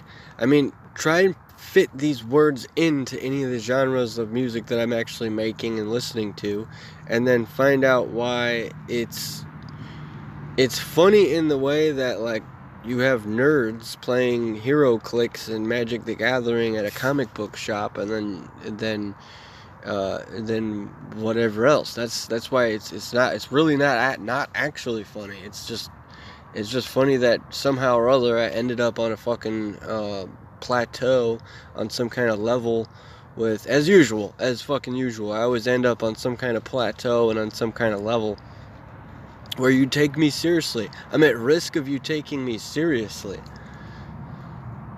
Puts fucking both of us in a pretty tough spot here, because I want to fucking talk about Riding Christ and this Pro Christo album from my favorite fucking label, Season of Mist. That is really fucked up. This album would be so good, but here's what they have to say about it. It's number 20 on the list. Greece's premier extreme metal exports have undergone one of the most impressive and enjoyable evolutions in the game over the past 2 decades, and it reached new heights with this year's magnificent 14th studio album. Striving further toward the arena-ready sonics the band have flirted with for some time, Pro Christo managed to produce hooks that stayed embedded in your cranium for days without sacrificing an inch of the metallic might that has driven this band ever forward. Epic stuff. It is very epic album. Very epic, very non-Christian, very pagan album. And the artwork is one of the other things. What I think stands out the most about this album, that if you're still watching for some reason, and you're still actually interested in this stuff for some reason, that what I would comment is just they have music video for about every song on the album. It's one of those things that I've seen another connection that is important to make here. As you know, I commented on the sucking the fun out of the stuff, and then making the connections being a thing, and then making me an asshole for this and blah blah blah for that.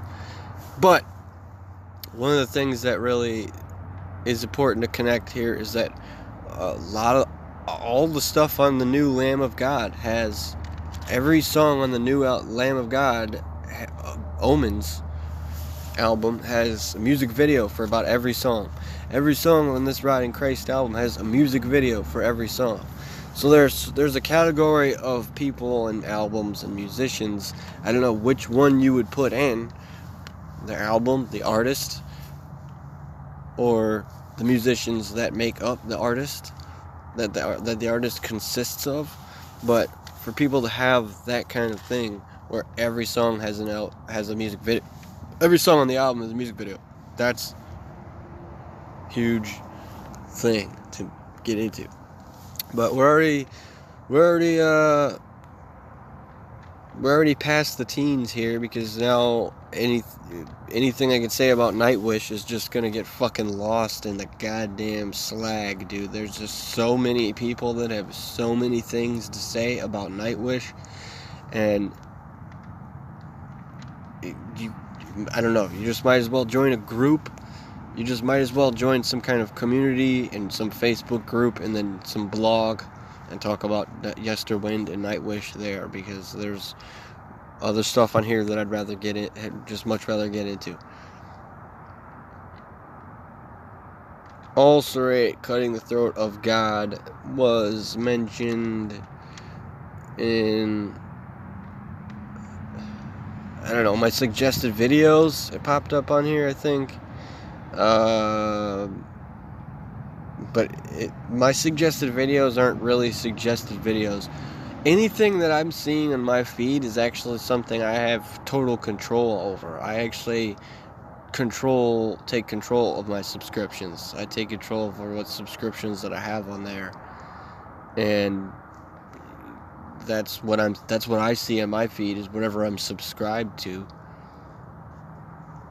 So I'm pretty sure I know exactly what source that I got this album from. And I just didn't listen to it. I just haven't listened to it yet. That's one of those things I'm able to say. Is like, well, I've been meaning to listen to this. I just haven't. So it's gonna be small wonder when I listen to it. It's gonna be small wonder when it's there. But here's what they say about these Kiwis had been twisting death metal into increasingly unforgiving and avant-garde shapes since the early thousands, but no one saw their embrace of melody in the 20s coming. Here they were more unique and hypnotizing than ever. Their dissonant death metal now reflecting a dark night of the soul with intimate, tragic atmospheres and raw, emotional textures, all the more impressive for being a trio. The horrifying scale of their labyrinthine cacophony cast the listener as a speck of insignificant cosmic dust. I don't know, guys. I don't think I'm gonna like it. I have a feeling I'm not gonna like it, as it's gonna probably be pretty commercial. It's probably gonna be pretty commercial. Anyway, here's Gatecreeper, Dark Superstition, and their Nuclear Blast release, hit number 12 on this list. Esun from a Candlelight release. We got Unto Others, Century Media release. Now, here's one thing I wanted to comment on while I'm doing this and finishing up. How do I know that Do Not Go to War with Demons of Mazandaran by Lowen is not what kind of music that I want to listen to?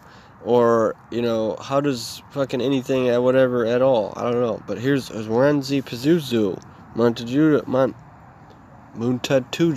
and they're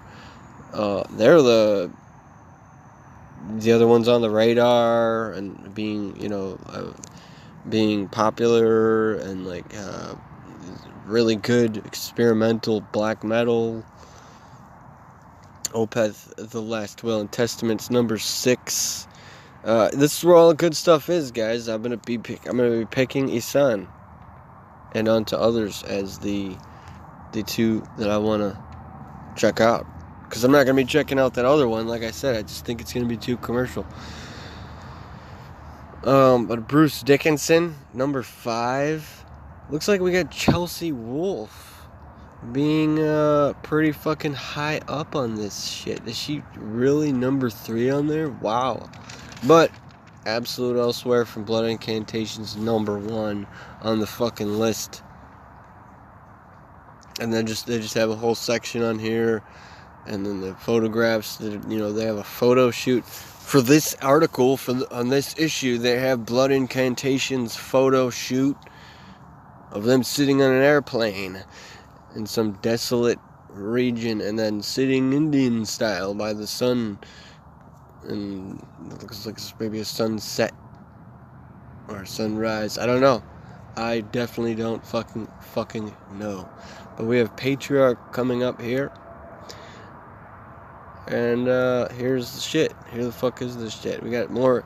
Those are just the top 50 albums with album reviews.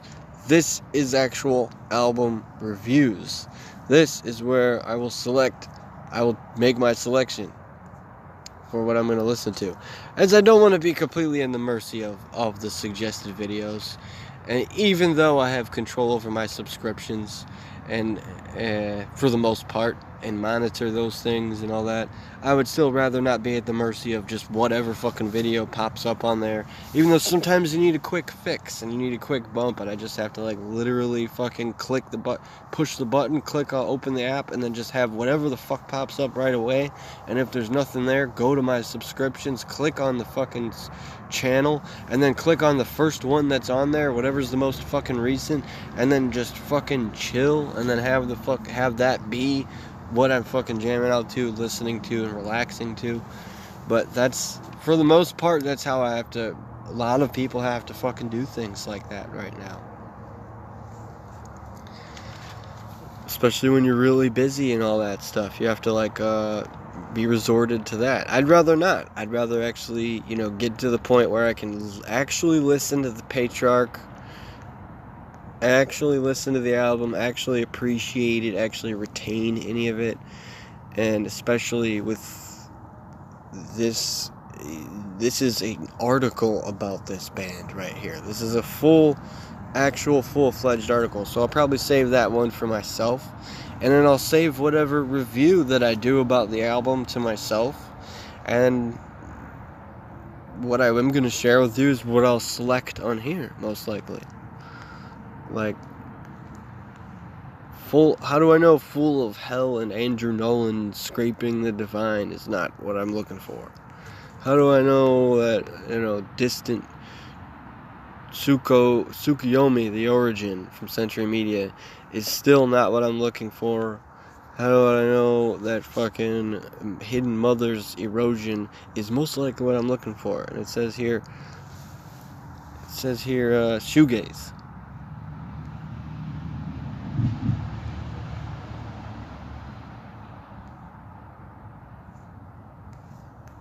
Yeah, but that's an artwork thing. That's just the artwork looks cool, and it's like pine trees, some maybe castle in the woods or something, and very fucking weird ass, like dark ass, low quality, low resolution ass photograph. Here's Muir from Century Media, mind-blowing majesty from Icelandic debutants. I'm pretty sure I've been seeing this one pop up on the feed. This is another thing that I would say, like, well, I would probably be here not supposed to talk about that, but I'm too busy fucking looking for what I want to listen to. It just probably isn't Muir. But let me see.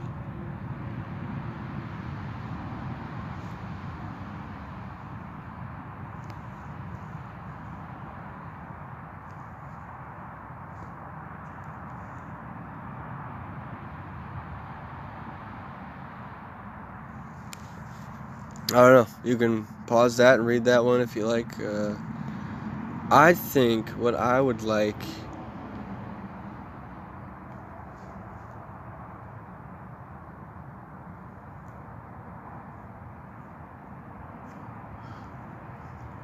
I definitely like to read this, and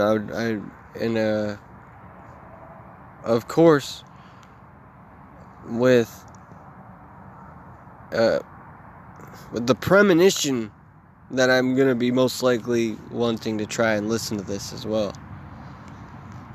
It's for fans of Imperial Triumphant. New York saxophonist John Zorn was mixing extreme metal tropes with free jazz when Imperial Triumphant were still gestating larvae and the Big Apple's decaying flesh. The essential 90s albums he recorded with former Napalm Death drummer Mick Harris and bass don Bill Laswell as Painkiller were high energy splatterfests. The trio's devastating fusions of frenetic grind and devilish fire music, regularly diverting into dub and dark ambient. More than 3 decades on, Painkiller's rapacious attack has atomized into a pulverizing death by dancehall barrage. Mick has swamped his drum kit for hefty techno thunder, as John voids billowing torrents of altissimo skronk and piercing trills. No longer an outlier, operating at metal's avant-garde edge, Painkiller have bred a uniquely potent strain of audio virus. Season of Mist has the old dead tree with second thoughts. Parisian Death Doom, Miserablists reunite and branch out. Well,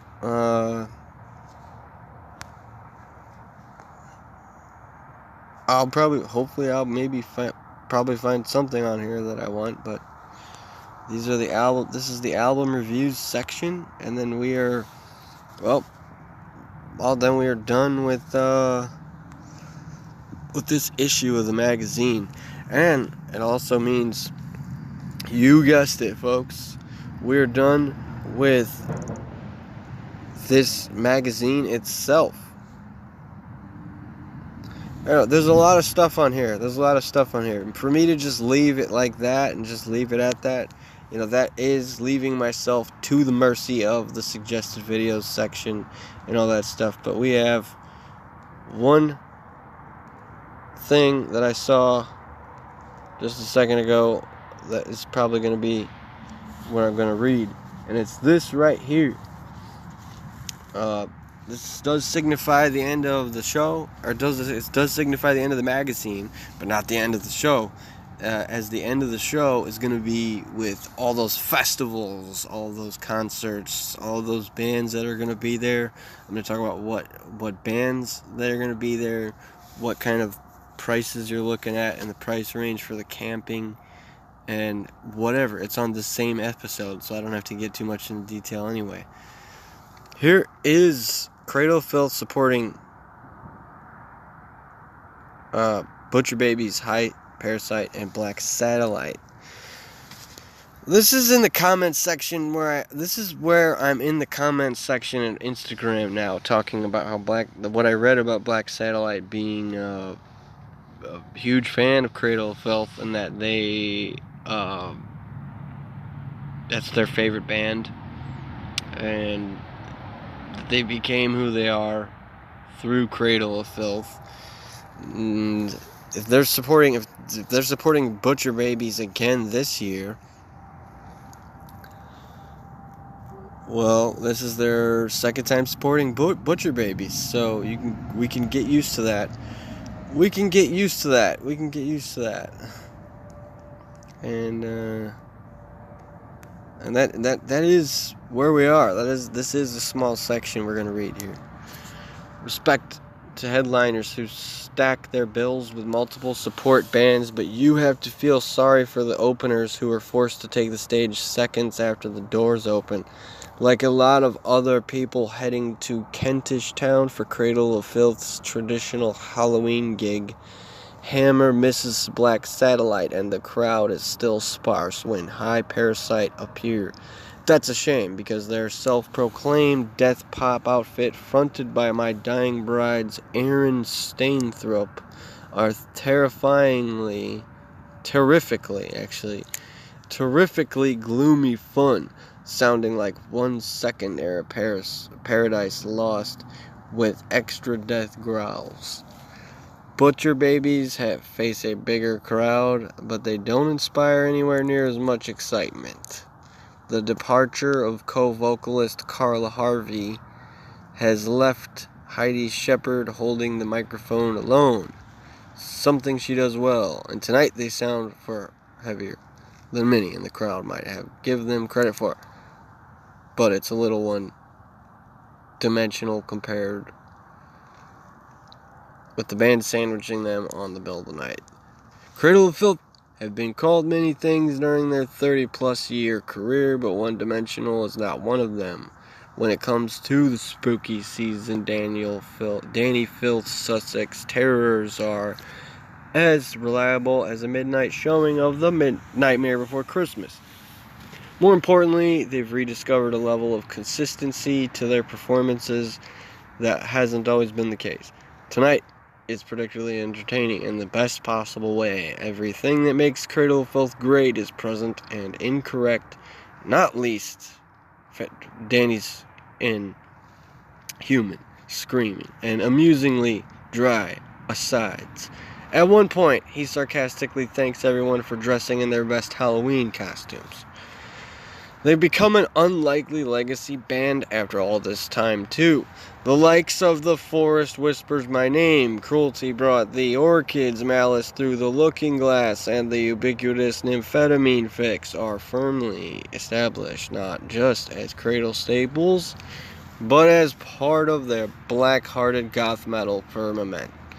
Yet one of the highlights of the night is recent single Malignant Perfection on record. It leans into their symphonic side, but here it sounds nothing short of feral. It bodes well with their next album, due in 2025, but that's one for the future. As they close tonight with a triumphant run through of Her Ghost and Fog, it's clear that this is the finest iteration of Cradle of Filth since the glory days of 1990s. Long may it continue. That album's due for 2025. It's just a matter of waiting till early 2025. If you're like me and you follow all the news on this band and you listen to their stuff, that's what I'm gonna save this moment or this time or my breath for, is for you to fucking jump in the comments then, because I don't think there's anything left for this issue. I think what we're gonna be getting into, Mimi Barks. I don't want to talk about Mimi Barks and her new gen, but I probably will anyway.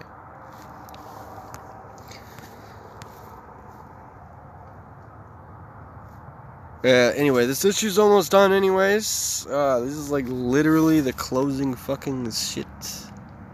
Literally, it is the last one. It is literally the last one. It's an interview though, so I'm just gonna be going over what I would be, where I would be. Okay, so yeah, she was went back to Germany.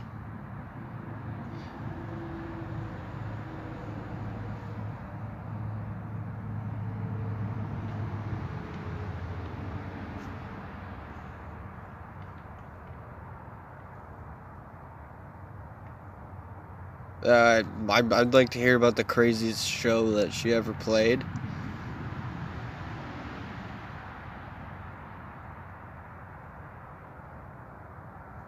In a bunker. In a fucking bunker. That's badass. Like an actual fucking, war zone. Like an old bunker. That's so cool.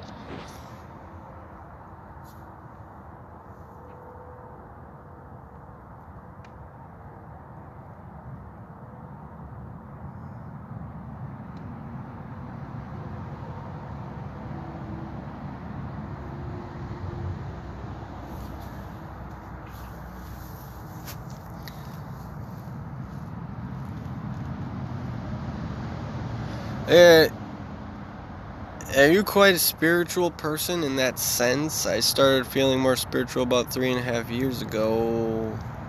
I don't know what it was exactly. My mind suddenly just shifted. I started meditating and having these insane experiences. Up until that point, I was just walking around being angry. Whoa, that's huge. That's big. Yeah, it's big. Meditating, bro. Mimi Barks was meditating, man. Does it ever shock people, your mindfulness? Yeah, shocks me. I'm shocked for sure. Yeah, some people definitely only see the surface level anger and screaming, but my fans understand me. My music isn't just anger, it's healing, it's self-reflection. Each track has a process. You're constantly learning and studying yourself. What's another thing people might not know about you? Well, I used to work in bakeries and coffee shops, but I always made sure they would let me wear whatever the hell I wanted, so sometimes I used to serve coffee in full-on fetish outfits once I was serving espresso in an open-cup bra. Yeah, that's good. That's good. That's a good thought to close out on. So what are we really closing out on here is probably have to quite be careful of boiling water soon. Yes, some funny something funny. And then when would you say you've been the most inappropriately dressed? And can you get too uncomfortable? Fashion. Looks like she's gonna be in Whacking, so that's the biggest news. That's what we're closing out on. Mimi barks, folks. Fuck yeah.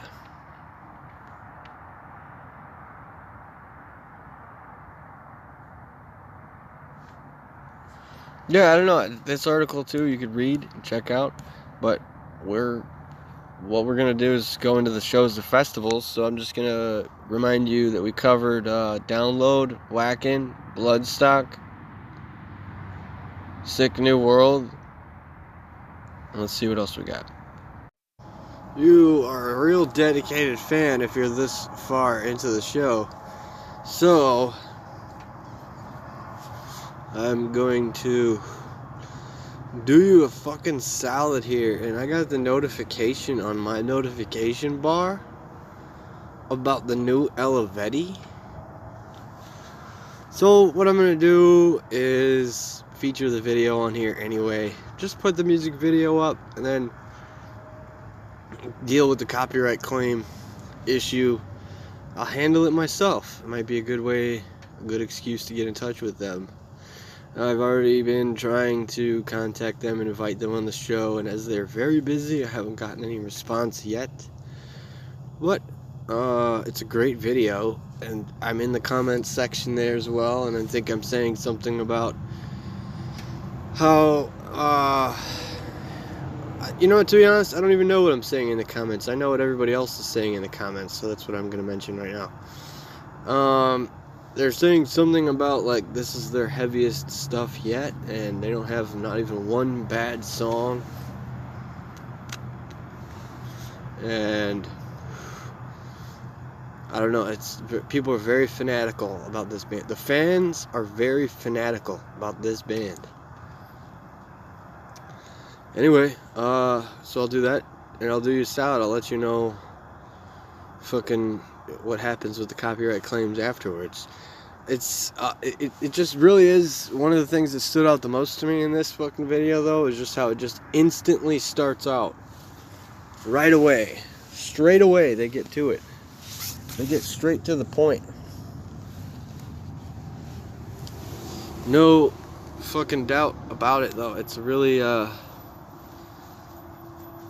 good song. It's a good video. And it's Kriggle's vision. It's Kriggle's vision, man. It's like, honestly, you gotta really know how these two bands stand out in my mind, Nightwish and Eluveitie. That everybody is extremely sensational about fucking Nightwish, and they're just as crazy and fanatical about Eluveitie. But that's because they're a big deal. But what you can look forward to in this video is really, really simple. Lots of good penny whistle, lots of guitar, lots of really loud screaming. Anyway, let's get into that, and then here are the bands and festivals that I'm going to be featuring here to close off this episode. The Behemoth tour.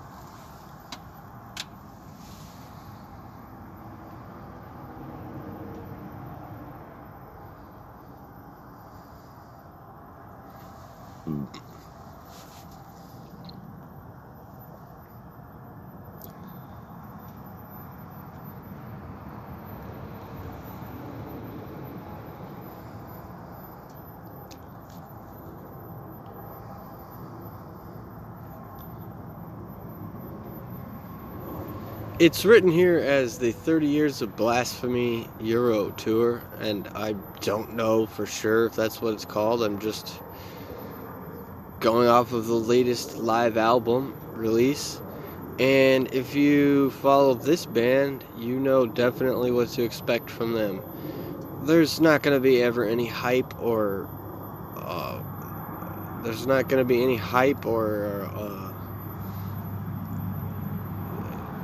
anything to know what to expect from them. It's completely spontaneous. It just starts the same way that this Eluveitie video starts. But I've got the link here for you to go check them out, check out the merch. What I wanted to comment on real quick was the vinyls and the coverage that the front man of that band is doing with all their vinyl presses, and that he's real excited about doing these special presses of the vinyls. It's most likely just all right now about pushing 30 years of Blasphemy, but their entire discography is definitely something to very much be celebrated and honored, so you can look forward to that. With that being already out of the way, we have these festivals and bands that I'm going to show you. The Poison Ascendancy #2 with Trivium and Bullet for My Valentine. Lamb of God is actually where I got the notification for Headbangers Boat, as I'm on the email list. So with that email newsletter coming to me, I'm relaying that to you with the link, and then we're going to scroll over the flyer. We're just going to go over scrolling over the flyer, and I think I might actually have a video of the website scrolling on there. And then for Cradle of Filth and Dying Fetus showing up here near me in Joliet, Illinois, there's going to be pretty cool fucking the Chaos and Carnage tour. Going to be a pretty cool fucking set that I'm interested to see what their set's going to be. I just know the 1 or 2 songs from Dying Fetus, and that they had an Adult Swim appearance as well. Death metal outfit, Dying Fetus. And Machines vs. Monsters tour with døpe&STATICX. Being what closes off before Inkcarceration. What closes off Inkcarceration and Louder Than Life. Let's finish this up. So I've got the video of me scrolling through the Behemoth tour, European tour. It's 30 years of Blasphemy tour, if I'm not mistaken, on there. And here you can see they're touring with Rotting Christ and Satyricon, and that is where you will have them touring Europe. Buying your tickets on here, straight from the website, straight from the horse's mouth. And then get yourself on those tickets and get yourself on those tours. Here's Chaos and Carnage 2025 with Cradle of Filth. They're supporting Butcher Babies again, and a couple other bands as well. These images are taken either directly from the website or from Instagram or from X on official verified accounts. So you can get more info on Chaos and Carnage on the links available in the show notes. But it's Cradle of Filth supporting Butcher Babies again. Butcher Babies being more of like an electronic pop sounding metal in the realm of In This Moment. This is Headbangers Boat from Lamb of God. And scrolling down through the banner here, the flyer is going to show you what other bands are in the lineup so far, with a weekend of metal mayhem on this boat, starting off in Florida, ending up in Mexico. Lamb of God, Clutch, Kubla Khan TX, Power Trip, Obituary, Devil Driver, Fear Factory, The Black Dahlia Murder, The Exploited, Crowbar, Necrogoblicon is going to be there. Gideon, Walls of Jericho, Category I'm not sure what that band that is. Brat is going to be there. And stand-up comedy from Josh Potter and Saul Trujillo. Liberty Tattoo, Yoga. Here is the Machines vs. Monster tour. It's døpe&STATICX and Guar, as well as Murderer's Confession.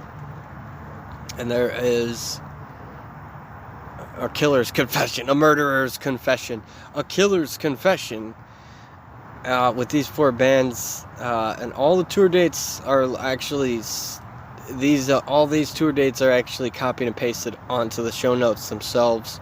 Getting tickets for all this you could do with the link also available in the show notes as well, if you want to check all this out. And it just looks like they're going to be touring, so it's a pretty long tour all through the U.S. And then the previously announced shows April, June. Looks like these are prior to that they'll be in Europe with Czech Republic, Czechia, Denmark, and more. Merch is also available on that website if you want to check it out. Go ahead and make sure that you check out the other links available on the one section of the other shows and the festivals, as that's going to show you some other ones such as Inkcarceration, Louder Than Sound, and then there's another one on there. There's one that I also did not mention, but this is just really summed up in one whole section of the show, that you could find all your shows and your festivals that you need to get. I don't know if you're making a decision on which festivals you want to go check out, or if you don't know about any of this at all.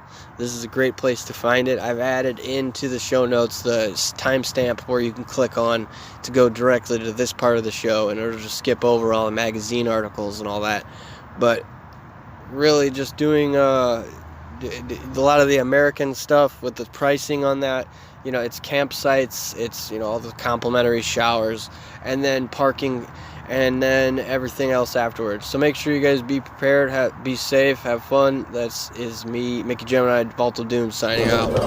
Normally when you see a show or you watch a video, there's always that the show was made possible with the Patreon and the patrons and the people that are donating. This show does not have any Patreon set up. I have a Patreon set up, it just does not have any new content in it yet.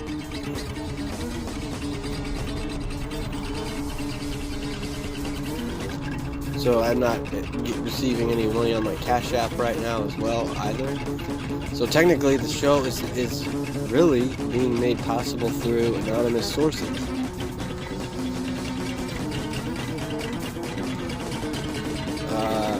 Literally, like the show is being made, and it's being made possible through sources that I cannot divulge.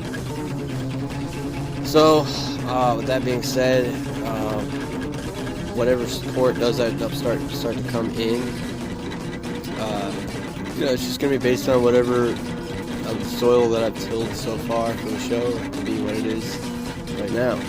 And I don't even consume enough content as well either to be using actual GIFs in the comments, but there are GIFs not being supported in some of the platforms, and that's one of the things that I like to comment on and like to talk about and speak on.